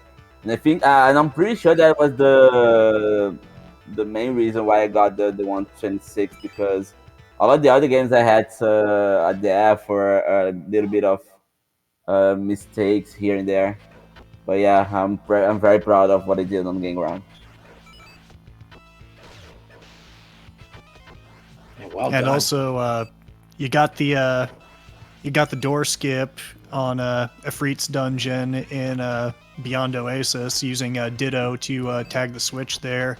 That's always a very cool trick and very difficult to pull off because the door only stays open for a couple frames when you do that. So nicely done. Thanks. Yeah, I wasn't satisfied with my Beyond Oasis run because I did a lot of wrong inputs there. So like I lost, I think 20 to 30 seconds on the first ever fight there. So because not only it took a while to kill the boss, but I took a lot of health away. So the rest of it was pretty clean, but the beginning was pretty rough. Oh, and by the way, I never had such a traffic on OutRun in my entire life. That was huge. GG to Corbett as well. Yeah, everyone's finishing pretty together. Yeah. Deshanna and Beetle are pretty neck and neck. Yeah. Paul Saltine is moving on to the last stage. We knew he was going to make up some ground here. Probably had a Paul bit of a just struggle. finished up the wheel, which Tiagach is working on right now. Tiagach, so far, is the only one who didn't have a terrible wheel pattern. Yeah, he got the better pattern on the left side. Could be a God cycle, but I said the God cycle, I would say.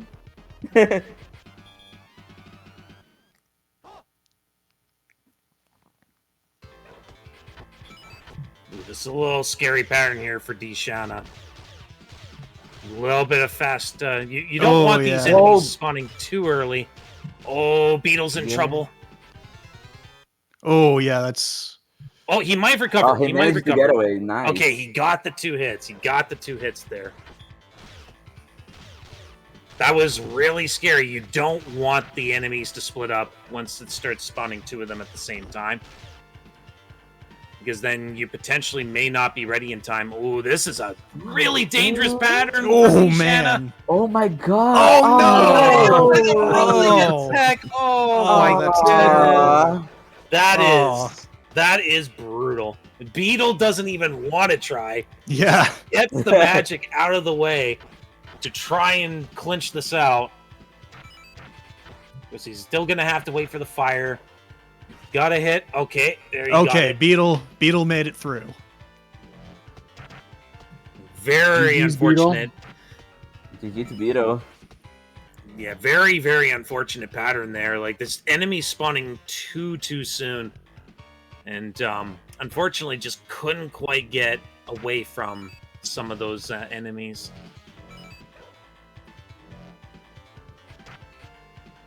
They're gonna try again. The Agach, of course, getting pretty close towards the end, the final boss himself. And I just want to point out over on Reeve 42's screen, actually going for killing the ninjas, trying for some additional lives. That's not a bad idea. And of course, figuring out that the best way to do that is just to stick to the left side and just shooting straight down. Because there's a bit of frames where the ninjas kind of stand still, so they get easily picked off doing that. And Paul has pulled ahead of Dishana now. Oh, Dishana died again. Yeah, and there's that experience coming into play. Paul Saltine probably is going to finish this round. I can't imagine Paul, of all people, dying. Ooh, really, really unfortunate hit there at the foot for Reeve. Yeah, I would say that you can expect everything from this boss because one fast spawn there and you can be in big trouble no matter how optimized your time is. So I wouldn't say it's done until like we see the final boss getting on fire. Yeah. This boss can do stuff, and you don't want to underestimate him. I imagine Paul knows what needs to be done. I mean, he has grinded this game for quite a while. Actually, funny enough, Sega 16 was, I believe, how he discovered his love for Shadow Dancer and what prompted him to begin the grind. So, seeing it return is like... And Paul officially finished with the Sega 16. Very good boss fights. GG's, Paul. GG's to Paul. And that just shows, because Paul was fairly behind going into this game, but it shows how much one game can make a difference, how much one boss can make a difference in the rankings. That's why we put Shadow Dancer as the final game. Keeps things interesting. Sheem, did you PB is hour 26 a PB for you for full runs? GG to Shannon. I think I don't. Let me see what was my last attempt because I'm pretty sure it was a PB. Let me double check it. Yeah, it was a PB by roughly 50 seconds. Oh, right on. On race day even. Yeah. Looks... there we go. Having a little bit of connection trouble over on Golden Ogre Games for Mega Man The Wily Wars, but looks like they're back now.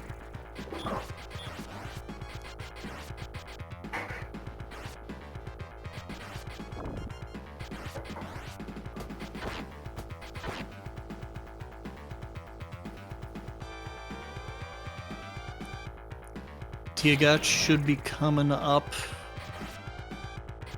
on the final hits of the boss fairly shortly. And GG's to Shauna.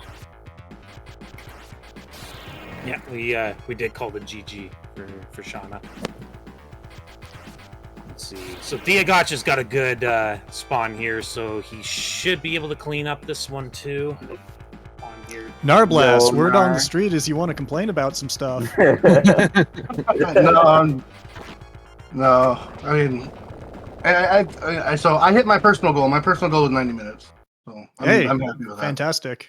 Nice. And then seeing Narblast, how close I Tiagat? was, I mean, everything is like, if I didn't die here, if I didn't make a mistake, it's all like shoulda, coulda, woulda stuff. So it's like, I'm happy with where I ended up. It's fine. And Tiagat finishing up Shadow Dancer, very strong showing. Reeve should be able to finish the job here. Just has to land 2 more hits. Finishing up Shadow Dancer, very strong showing. But I still need to figure out how to run the first half of these races. I gotta GG to solve the Reeve. second half again. Yeah, GG to Reeve indeed. But I still, I'm impressed that we have 14 had so many minutes. people finish up the race in only like about this 15-minute window here. It hasn't Yeah. even been 15 minutes since Sheem finished the race. And Died in the worst possible spot on that as well. And game. we are is that echo me? very solid. Yeah, everybody was pretty close on the practice. Like, if you check the spreadsheets, the top 3 difference was like under a minute. So everybody was really acting together, Like even the people on the top 10 had a Practice into it. 122, 123 as a summer best. So everybody was really close for this race. I'm not surprised, honestly. I'm really not surprised at the bullshit this Yeah, game throws. yeah, me. they were. Careful. Oh, wow. Yesterday, And when I did that, Narblast, I thought knew he you got were going to be top 3. killed by him knocking Been saying me it since the into day the you floor. started practicing. You're He going to knocked be me into the top floor. 3 He hit because me, you're he always stopped me from consistent. moving, which means my momentum was killed. So with as many players that were so good going into this one, I was planning on like maybe 5. I mean, yeah, that's what I was planning on. Especially watching like ZG practice, he was doing so well. T-Gots picks up this stuff so quickly. Like, so many runners were so good and they were so fast at like improving Honestly, that I figured I would just hang on and hope for the best. astounding. So Honestly, thankfully, I mean, I wasn't too far off from second, worse but than yesterday. Oh, great. How nice. yeah, I don't know. I again, my goal was 90 minutes, so I'm happy with how I did. This game. Yeah, and great So you're time. not a Mega Man fan there, yeah. And it, as well, I think I'm justifying And, not I just think- what you've seen today, but when I played Mega Man X, I don't know if I'm ever gonna look at Golden Axe ever There's fucking again. shit in the controls. That's I don't know. Just really a good. common sentiment Again, from like what the I've issue is heard. like that game is so good, but it's not good fast. It's so frustrating fast. I like playing it just like actually killing all the enemies and getting the different people. Like playing it fast is just it's not even like you're playing the same game. So it's very frustrating. I would agree with you until the final boss, because killing What the fuck is enemies on noise? that fight, It's just horrible. Everything about the no, whole game. just don't ever do that. Apart from few that That boss is awful, trying to kill the enemies before the boss. Like, they have so much health. Oh, okay, yes. So I got to the I casually played to the end.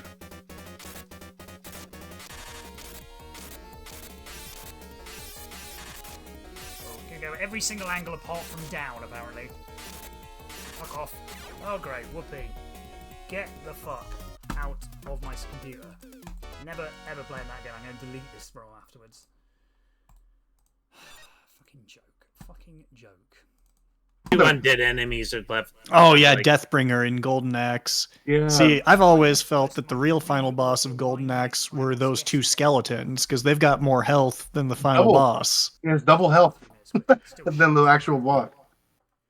Okay, last game. Yeah, I remember trying to kill them. I think the first time around when I played the game years and years ago, I just never could kill them. Yeah, I actually, the first time I played it, I thought they were unkillable. Like, I didn't know. You know, like, they were taking so much damage and they weren't dying. It's funny. I thought they were just put in the game just to be, you know, annoying. And you couldn't get rid of them. Chat wishes to have a placement for the final results, who won, and positions and stuff. Well, I believe Radman probably has access to that over on Race Time. I'm sorry, I had to step away. What did you need? Placement, finish order. We know that Sheem came in first place, and chat is asking for how the rest of everyone did.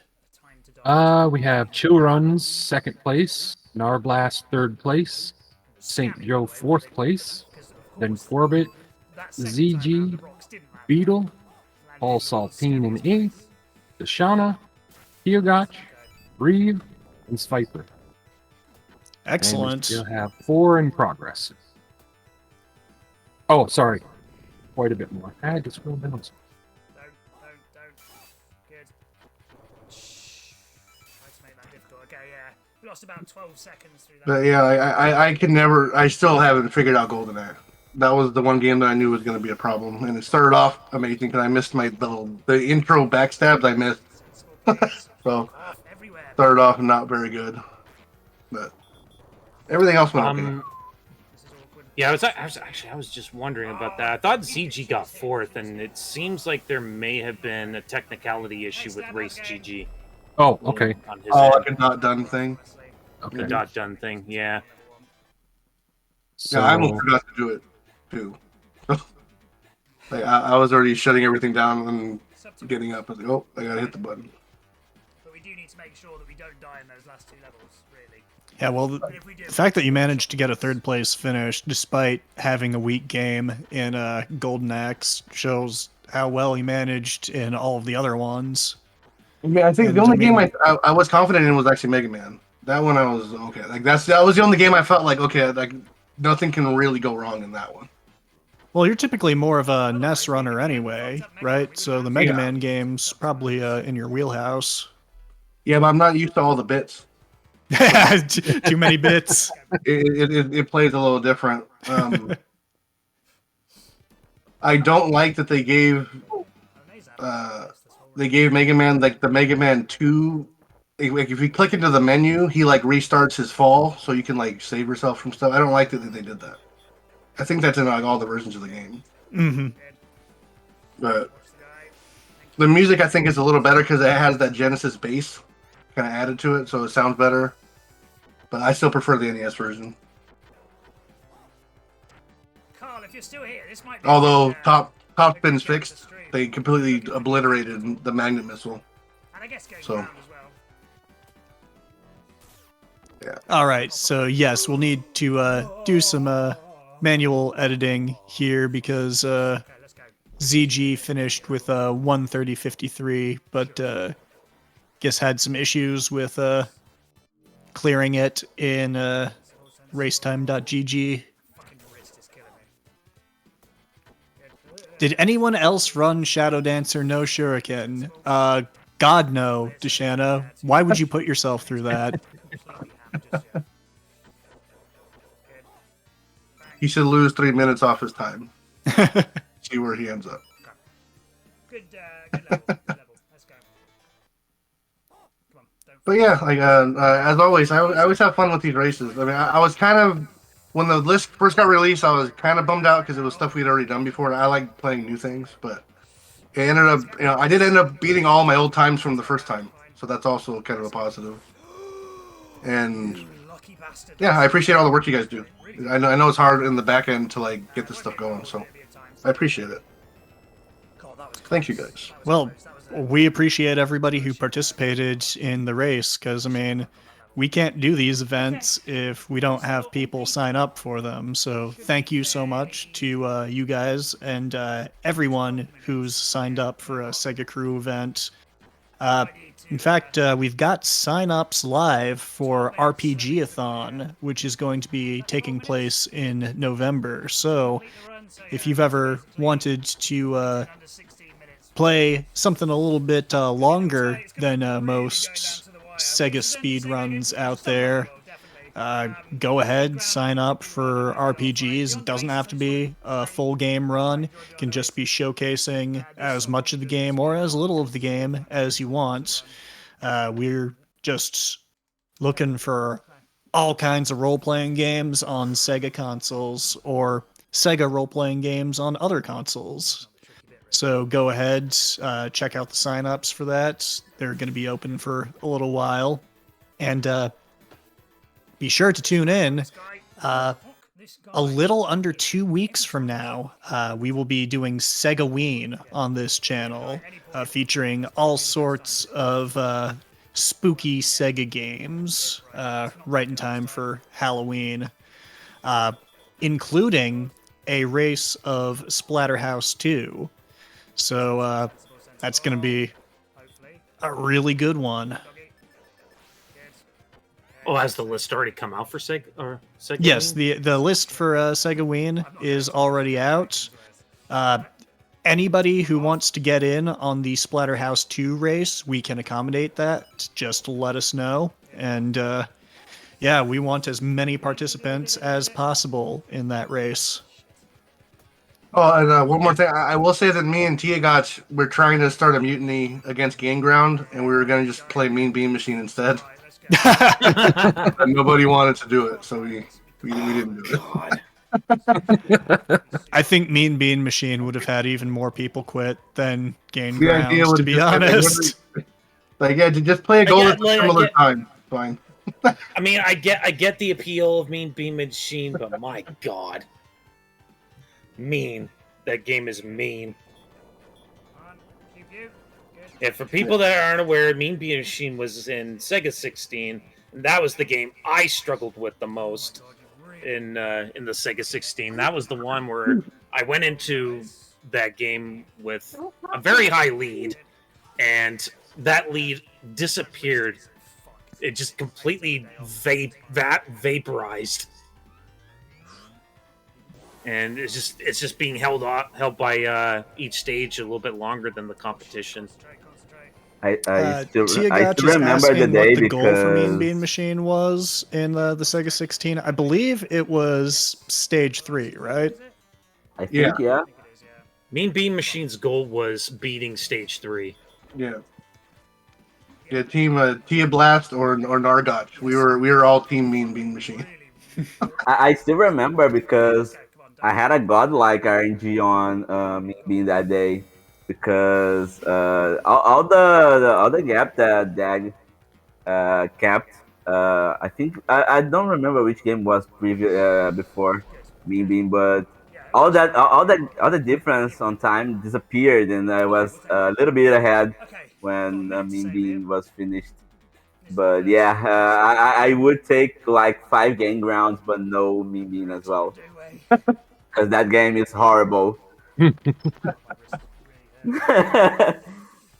not saying something because Game Ground was, I think, one of the more difficult ones you have more difficulty with the last time around. Well, like Game Ground, you lose if you make a mistake. It's like 30 seconds, like immediately. Oh yeah, it's huge. It's so quick. Huge. Like your time melts so quickly in that game. Like Golden Axe is pretty bad too if the setups don't work right, but it's not nearly as bad as Game Ground is. I think the most punishing game of this list is still either Shadow Dancer or Mega Man, because if you die on Mega Man, I died on Mega Man during the race, and that cost me a sub 20 because I finished with a low 20 on Mega Man 3. So if I didn't die on the Gemini fight, I would have 19 minutes on that, and would be also a gold. So that's how punishing the last two games are. And I think someone is. Oh, Yeah, we just got joined by Chill Runs, who put up a pretty solid time. Oh my god, that is. Why do you not use the dog, you idiot? You made that He like has a million muted times himself. harder than it needs to be. Just yeah, use he's the dog. muted. Oh my god, fuck me. Yeah, second place time, only Thank you. about Get rid, thank you. 2.5 minutes behind Good, that works. Okay, Shame, which fuck me. Made that difficult. over the course of 8 games, that is very close. Good. Come on. Oh god. Good. Played. Yeah.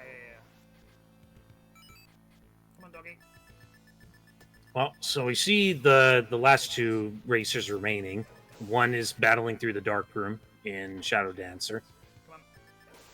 Good. A little tough to get through this stretch here. The other one is just on the very first bonus stage, so we still got a ways to go. Oh my god, that was way too close. Okay. Good start. Come on. Can you hear me? Chill Runs here. Hey, yes, Hey, we can hear Chill. you. Hey, sorry I had a double audio thing I had to fix. Let's go. Hey, Well, thank you for the GGs. I appreciate yeah, it. very solid performance. Second place in a very tough series of games. Walk us through it. Okay, good. Thank god. Needed that. Oh, I don't even know where to begin. All right, what was the game that probably frustrated you the most with your overall? Everything worked all the time, first time. Yeah, I felt like it was a pretty strong opening. Not perfect, but pretty good. And then Rocket Knight, I started to have some serious problems there. Oh, that was close. Missed the quick kill on the waterfall boss, Still and then took 2 deaths in that game. So I was not feeling good right around that time. But then finished up pretty strong. OutRun, Game Ground, Oasis, all felt really good to me. Come on. T-ball. Yeah, there was a time during the Rocket Knight run where, like, the top 3 runners were all basically within a few frames of each other. So Oh, that. Brad, you got the quick kill on the wheel. Oh, wow! I'm glad that's that we managed to see awesome. that. Brad, yo. Nice. Speaking of the other boss that has a quick kill. Oh, okay. I guess Golden Ogre Games is not going to go for that. Oh, he doesn't have. Yeah, it doesn't have the ninjutsu, so can't do it. Okay. That's a tough one to get. Actually, no, he did have it. He did have it. Oh, You got just it. not going for He the got quick it kill too. strat Yeah, then. you got a halfway through the fight. Well, there you go, people. That's the quick kill strat. Did any of you guys get the quick kill on the wall? I don't think anyone did. No, unless somebody off who's not streaming to our server got it, then no, I couldn't find it. Bring it on, onion lizard. Or we weren't keeping tabs on it. No, I don't feel that. Is Radio the first to get the kill on the wheel? Yes. At least as far as we know. And Chill, I think we're getting a little bit of an echo from your mic. Okay, let me turn down a little bit. Well, I got to get going again. Thank you guys. I appreciate all the work you guys do. Good list of games, and I'm looking forward to what's the next one? Game Gear? Is that the next one? Oh, okay. Oh. Yeah, Paul Saltine got the wheel quick kill. Okay, good. Wait, or was it the wheel quick kill? Take it easy, everybody. Have a good one. Oh, okay? He was just. Hey, CNR, GGs. Great job. Good GG's, everybody. I thought you didn't. The first, I swore I thought I didn't see it from you, and yeah, okay, never mind. You were just playing around.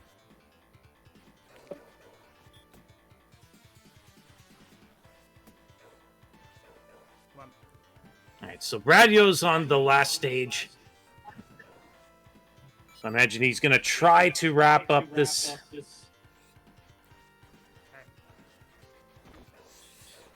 Oh, I should just throw the markers away. Okay, come on. This section is so nerve-wracking, but if you do everything exactly the same every time, you get a pretty good shot at getting through. Yeah, those green enemies are the only enemies in the game that Come on, let's go. just touching them will kill you, if I'm not mistaken. I think they got to be in the midst of a jump or something, like a leap. Okay, and again. Like, I don't think they can It's the tricky hit one. We've got to get this you first time, while they're basically. just walking. Not like that. Okay, and again, hurry up, hurry up, hurry up. Brad, you're taking it real safe here. A little bit at a time. Well, Now we he's have- making his move. We have thumb bros. That was finishing like up. a frame perfect save. Yeah. Oh my god. I thought for sure that they had him. He might die Really, I was here. ready for that to happen. Yeah. Or not. I think he's... Kill me, for fuck's Oh, sake, yeah. Jesus. Okay, I think he's just taking Yeah, the death taking right the here. death because he had to use the ninjutsu. Come on. I think the 2 hours is fucked unless I can break the game somehow.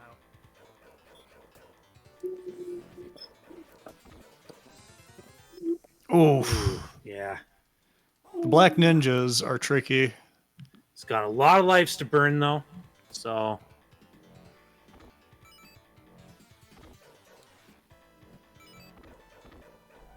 Don't know why I did that. I was Yeah. And pretty using much had a- to use it. He had to use it there. Yeah, He there's no might- other option. trying YOLO him, which is He not gonna work. might be able to get through. Okay, he got Didn't through. grab. That's no big deal for this boss, though. Just as long as he doesn't get a bad pattern of enemies. I don't know whether I think we should take the death. Should we? Killed by Should we the try Golden YOLO? Ogre It'll take Games. It's not going to make a difference either way for the time. We'll YOLO it. Fuck it. There's no point. Yeah, this is the last boss, and I'm not sure if we're gonna wait for Golden Ogre Games to finish. I don't know. Have we thought that far?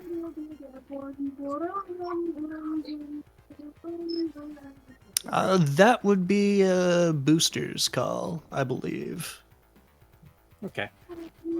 I might not be able to wait that long. I'm probably gonna have to get ready to go after. Oh, that's perfectly fine. We've never won. Thank you so much for joining us on commentary, Dagrun. Was a real treat. Now we just need to convince you to come back to running games as well. Well, I assume this was probably made in the hopes of getting me to come back, so we'll see. Yeah, great chatting with you again. Mm-hmm. Dagron, you are the Dagron that has a Rocket Knight Adventure GDQ video, correct? Yes. I want to say thank you for that because that got me started. Shafted again, man. Honestly. Yeah. I'm quite proud of what I had to Thing is, I've got what I had to do to but I make don't sure know what's gonna happen. ease There's an extra people's way way to get into that game because it's not an easy game to learn to run. If we even get there. Big if, to be fair. I think that's if you think that's good, you should see this Pulse Man We run. would have one-shot the boss. Fuck.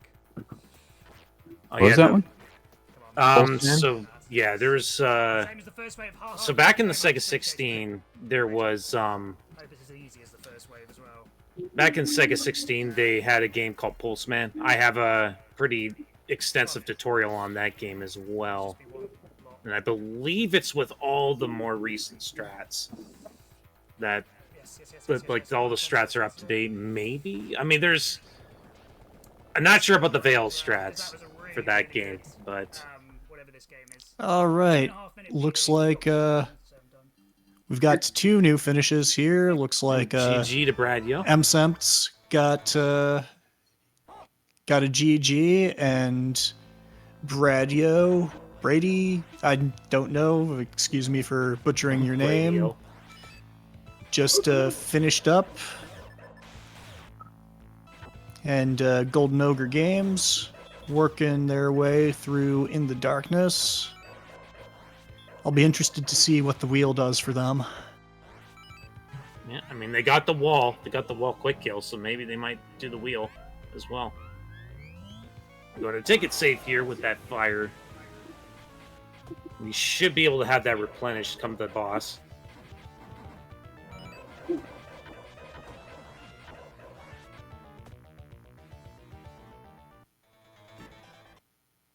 And also want to take some time just to point out, want everybody to wish No Diggity One a very happy birthday. Oh, it's his birthday? Happy birthday, man. Happy birthday, Diggity. Happy birthday, No Diggity One. Diggity has been Everybody. instrumental in getting the stream to where it is today with setting up a lot of the server backend stuff. I've spent many, many hours working with him over the past couple of years to get SegaCrew's server. I think we've got the best setup out of any, retro speedrunning group out there, and we take a lot of pride in it. So once again, happy birthday, Diggity, and thanks so much for all you do for the crew.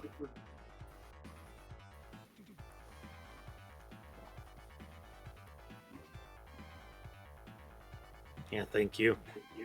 And it looks like Thumb Bros has finished up 2 hours 3 minutes. GG's.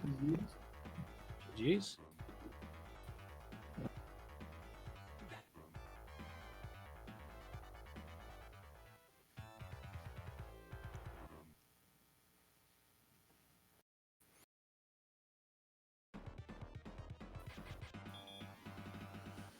All right, Golden Ogre Games going into Union Lizards, the final level in Shadow Dancer.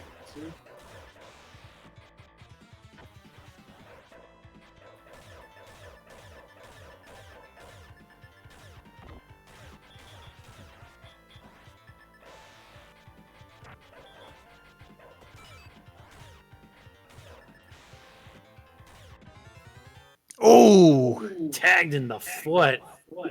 See, that always happens to me whenever I play this game. I think that I've been real clever using the dog to hold down one of the cops, but forget the one directly behind him.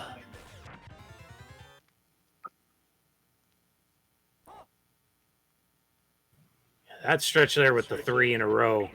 Yeah. It almost seems like the play to just jump down and duck instantly.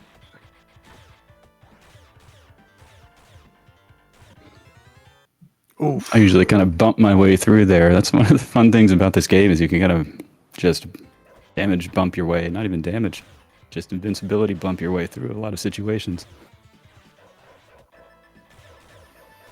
See, that always felt very counterintuitive to me. The kind of games that I play, you don't want to touch any of the enemies, so I weird. just never developed a comfort for bumping into the enemies intentionally. All right, onward to room 2. Good use of the damage boosting at the end of that room. Oh, but yeah, the rolling claw guys, those are really annoying enemies.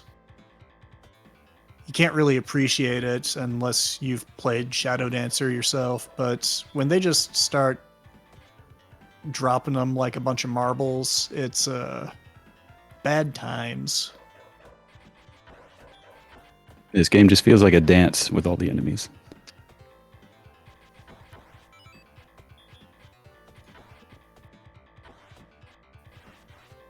And while I am thinking about it, just want to give a giant, enormous, huge, just as big a possible shout out to Booster Shane, who has been running tech for this event. He has been responsible for making sure that all the scene transitions have been going smoothly, making sure that the screens and player order is exactly as it was supposed to be, switching all that, and he's been doing it on the fly for the past 2 hours. So that's some excellent work. Thank you so much, Booster. Some mighty fine OBS piloting.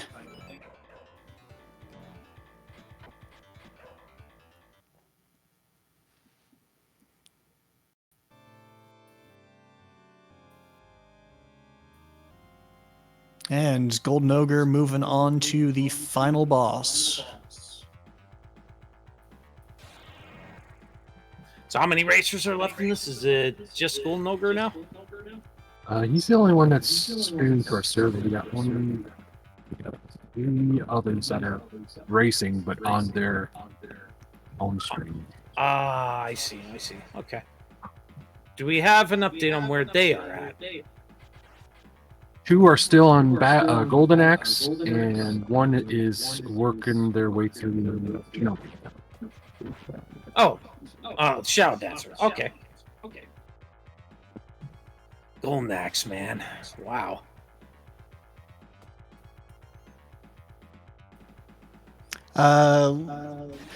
Is one of the racers on Golden Axe Infinite Mystery? Nope. I was expecting him to pop up. No. I think he told on somewhere that he was having internet issues, so that's why he couldn't participate for the race. That's a shame. I always appreciate Infinite just going in totally blind to these races. Ooh, missed and the shot there. Oh no!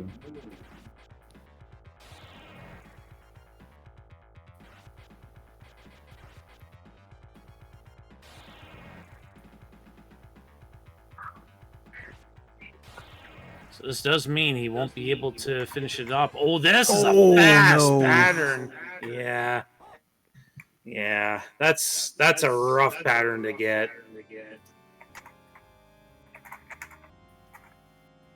That quick of a spawn on that type of a pack while you're dealing with the jumpers. It's just rough, very rough, very hard to dodge.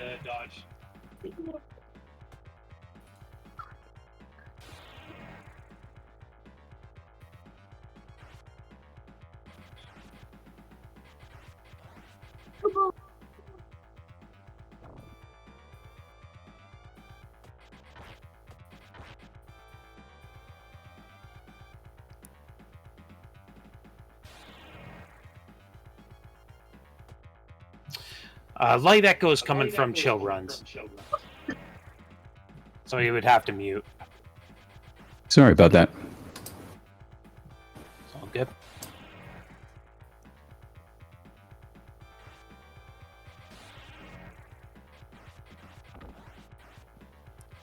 Now, I don't know about you guys, but I always see a face in this boss's abdomen area.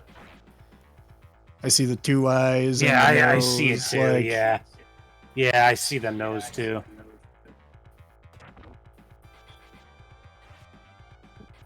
Well, this is. Oh, okay. He's getting a pretty generous pattern there.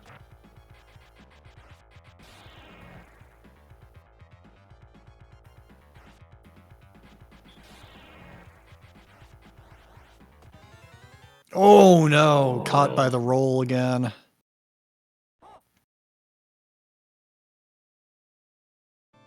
Just wasn't quite ready for it. I feel like he probably should have just used the magic there.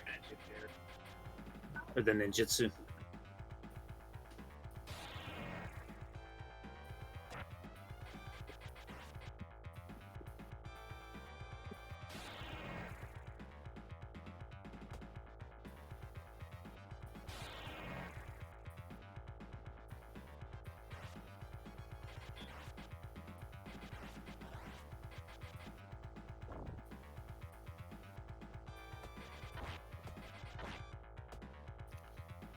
Seems to be having some reasonable spawns so far.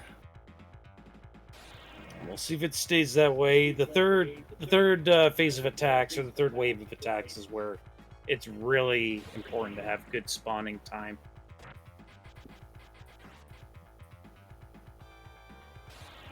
Usually with other waves, it's easier to manage.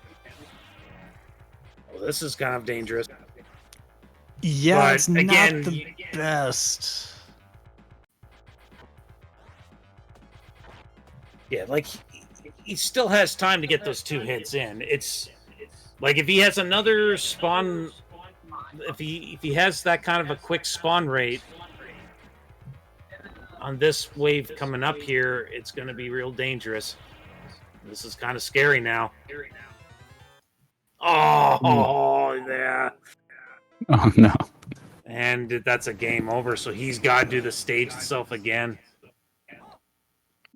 So he's probably expecting that one to roll and lost track of which one it was.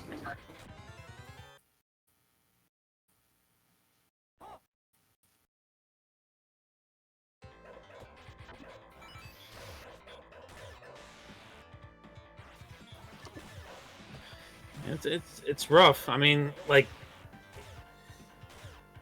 part of it was some pretty bad spawns there, like some really fast spawns, which is very hard to deal with.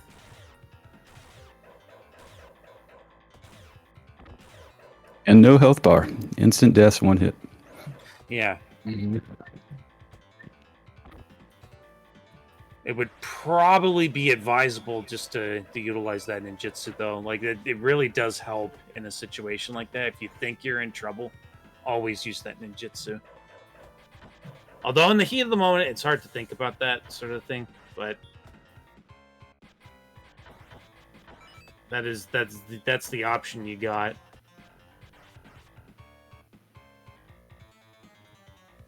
He's getting through the rooms just fine, though, so perhaps this time he shouldn't have too much problems. Oh boy, yeah. Yeah, unfortunately, you can't miss that kick. That's just too critical. You gotta push him out of the way there.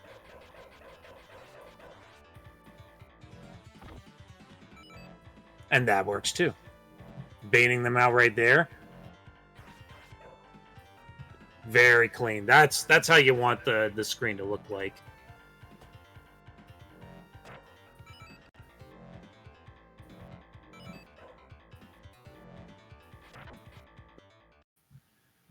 All right, Beautiful. Another go at the final boss.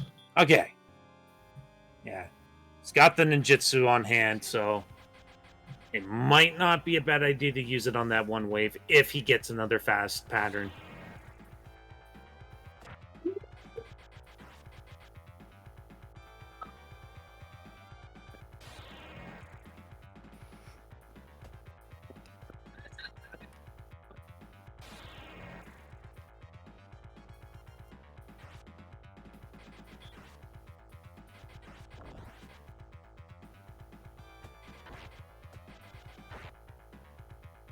He gets his 2 hits.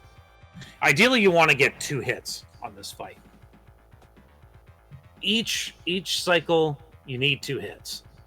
Otherwise, you can't 3-cycle the boss. I don't think you can get any more than 2 hits. Yeah, almost missed the second hit. It's a little scary. Very fast spawn. Very fast spawn. Wow. That was real scary. I would probably do something about that jumper. I would have gone with the ninjutsu there, but Okay, he cleaned it up. Good performance.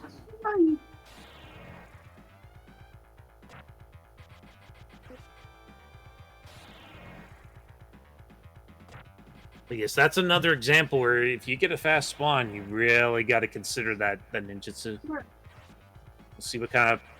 Okay, this is fairly quick. Might be ready for it. Oh!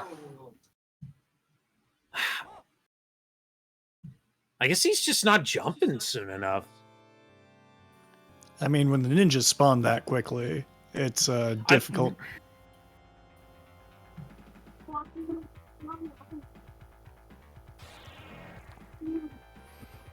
But man, this is proud Sega tradition. Final boss, doing nothing, just sitting on a comfy chair, summoning a bunch of mobs to do his dirty work. Yep. He struggles to take that jump. Man, you got this, Golden Ogre.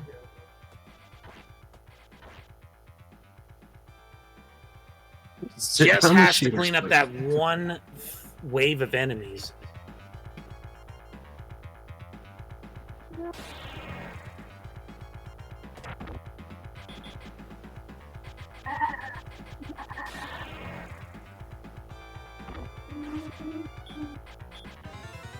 Oh! Yeah, it was the other one that was the jumper.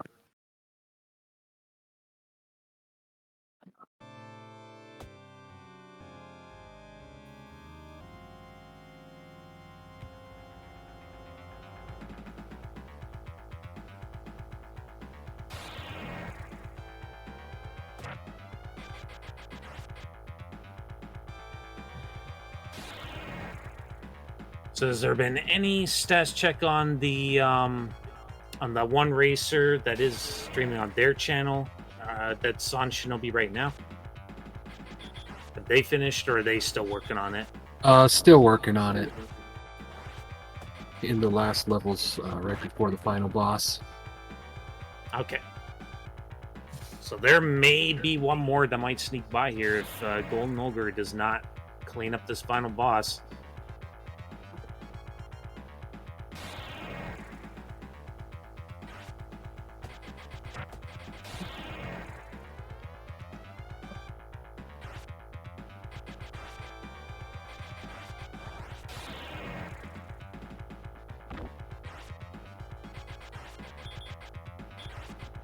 And one of the runners that was still on Golden Axe has graduated to Kid Chameleon. Excellent. Nice. The pain is finally over for them. Yeah.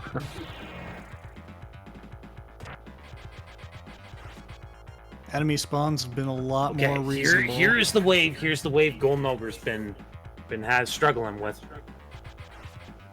Okay, this is a reasonable spawn time. He needs to be able to dodge that. There we go. This has got to be it. All right. There And that it is GG for Golden GG's Ogre Nice. Games. GG's. Jeez. Wow. All right. Well, that's all And the with streamers that- streaming on SegaCrew.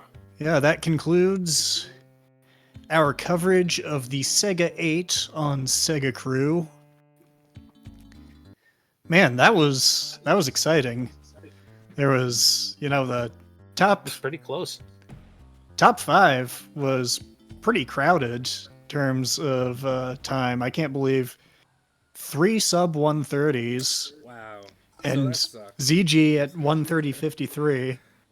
I was on pace. St. for a Joe, really nice sub. only about not even 40 seconds behind Blew on that. this one, but I also blew on Kid Like- Chameleon. I lost 10 minutes on Kid Chameleon alone because I had to reset. Very impressive race.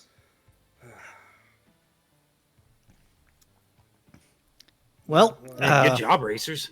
yeah, That was stressful. fantastic How many job, times did I die? I racers. just Thank you see so this much extra to life. everyone who I participated. don't even know what my final time was. Big congratulations to Sheem Gabriel, 28 the winner of minutes. the Oh my SEGA8 gosh, race, this is as the well worst. as the Analog Mega Yeah, no SG. resetting is really You'll be rough. sure to enjoy that. And it was And, really terrible. Yeah, once again, I have been Grimshins. I've been- Oh, go ahead. I've been Dagrin SR. A radioactive man from Mars. And, yeah, thanks so much for watching, everybody. Thank you. Enjoy the rest of your day, and be sure to check out the SegaWeen event starting on October 27th, and RPG-a-thon in December, I believe, or November, one of those two. I don't know. Join the SegaCrew Discord, look up the schedule. And if you haven't, follow SegaCrew on Twitch channel.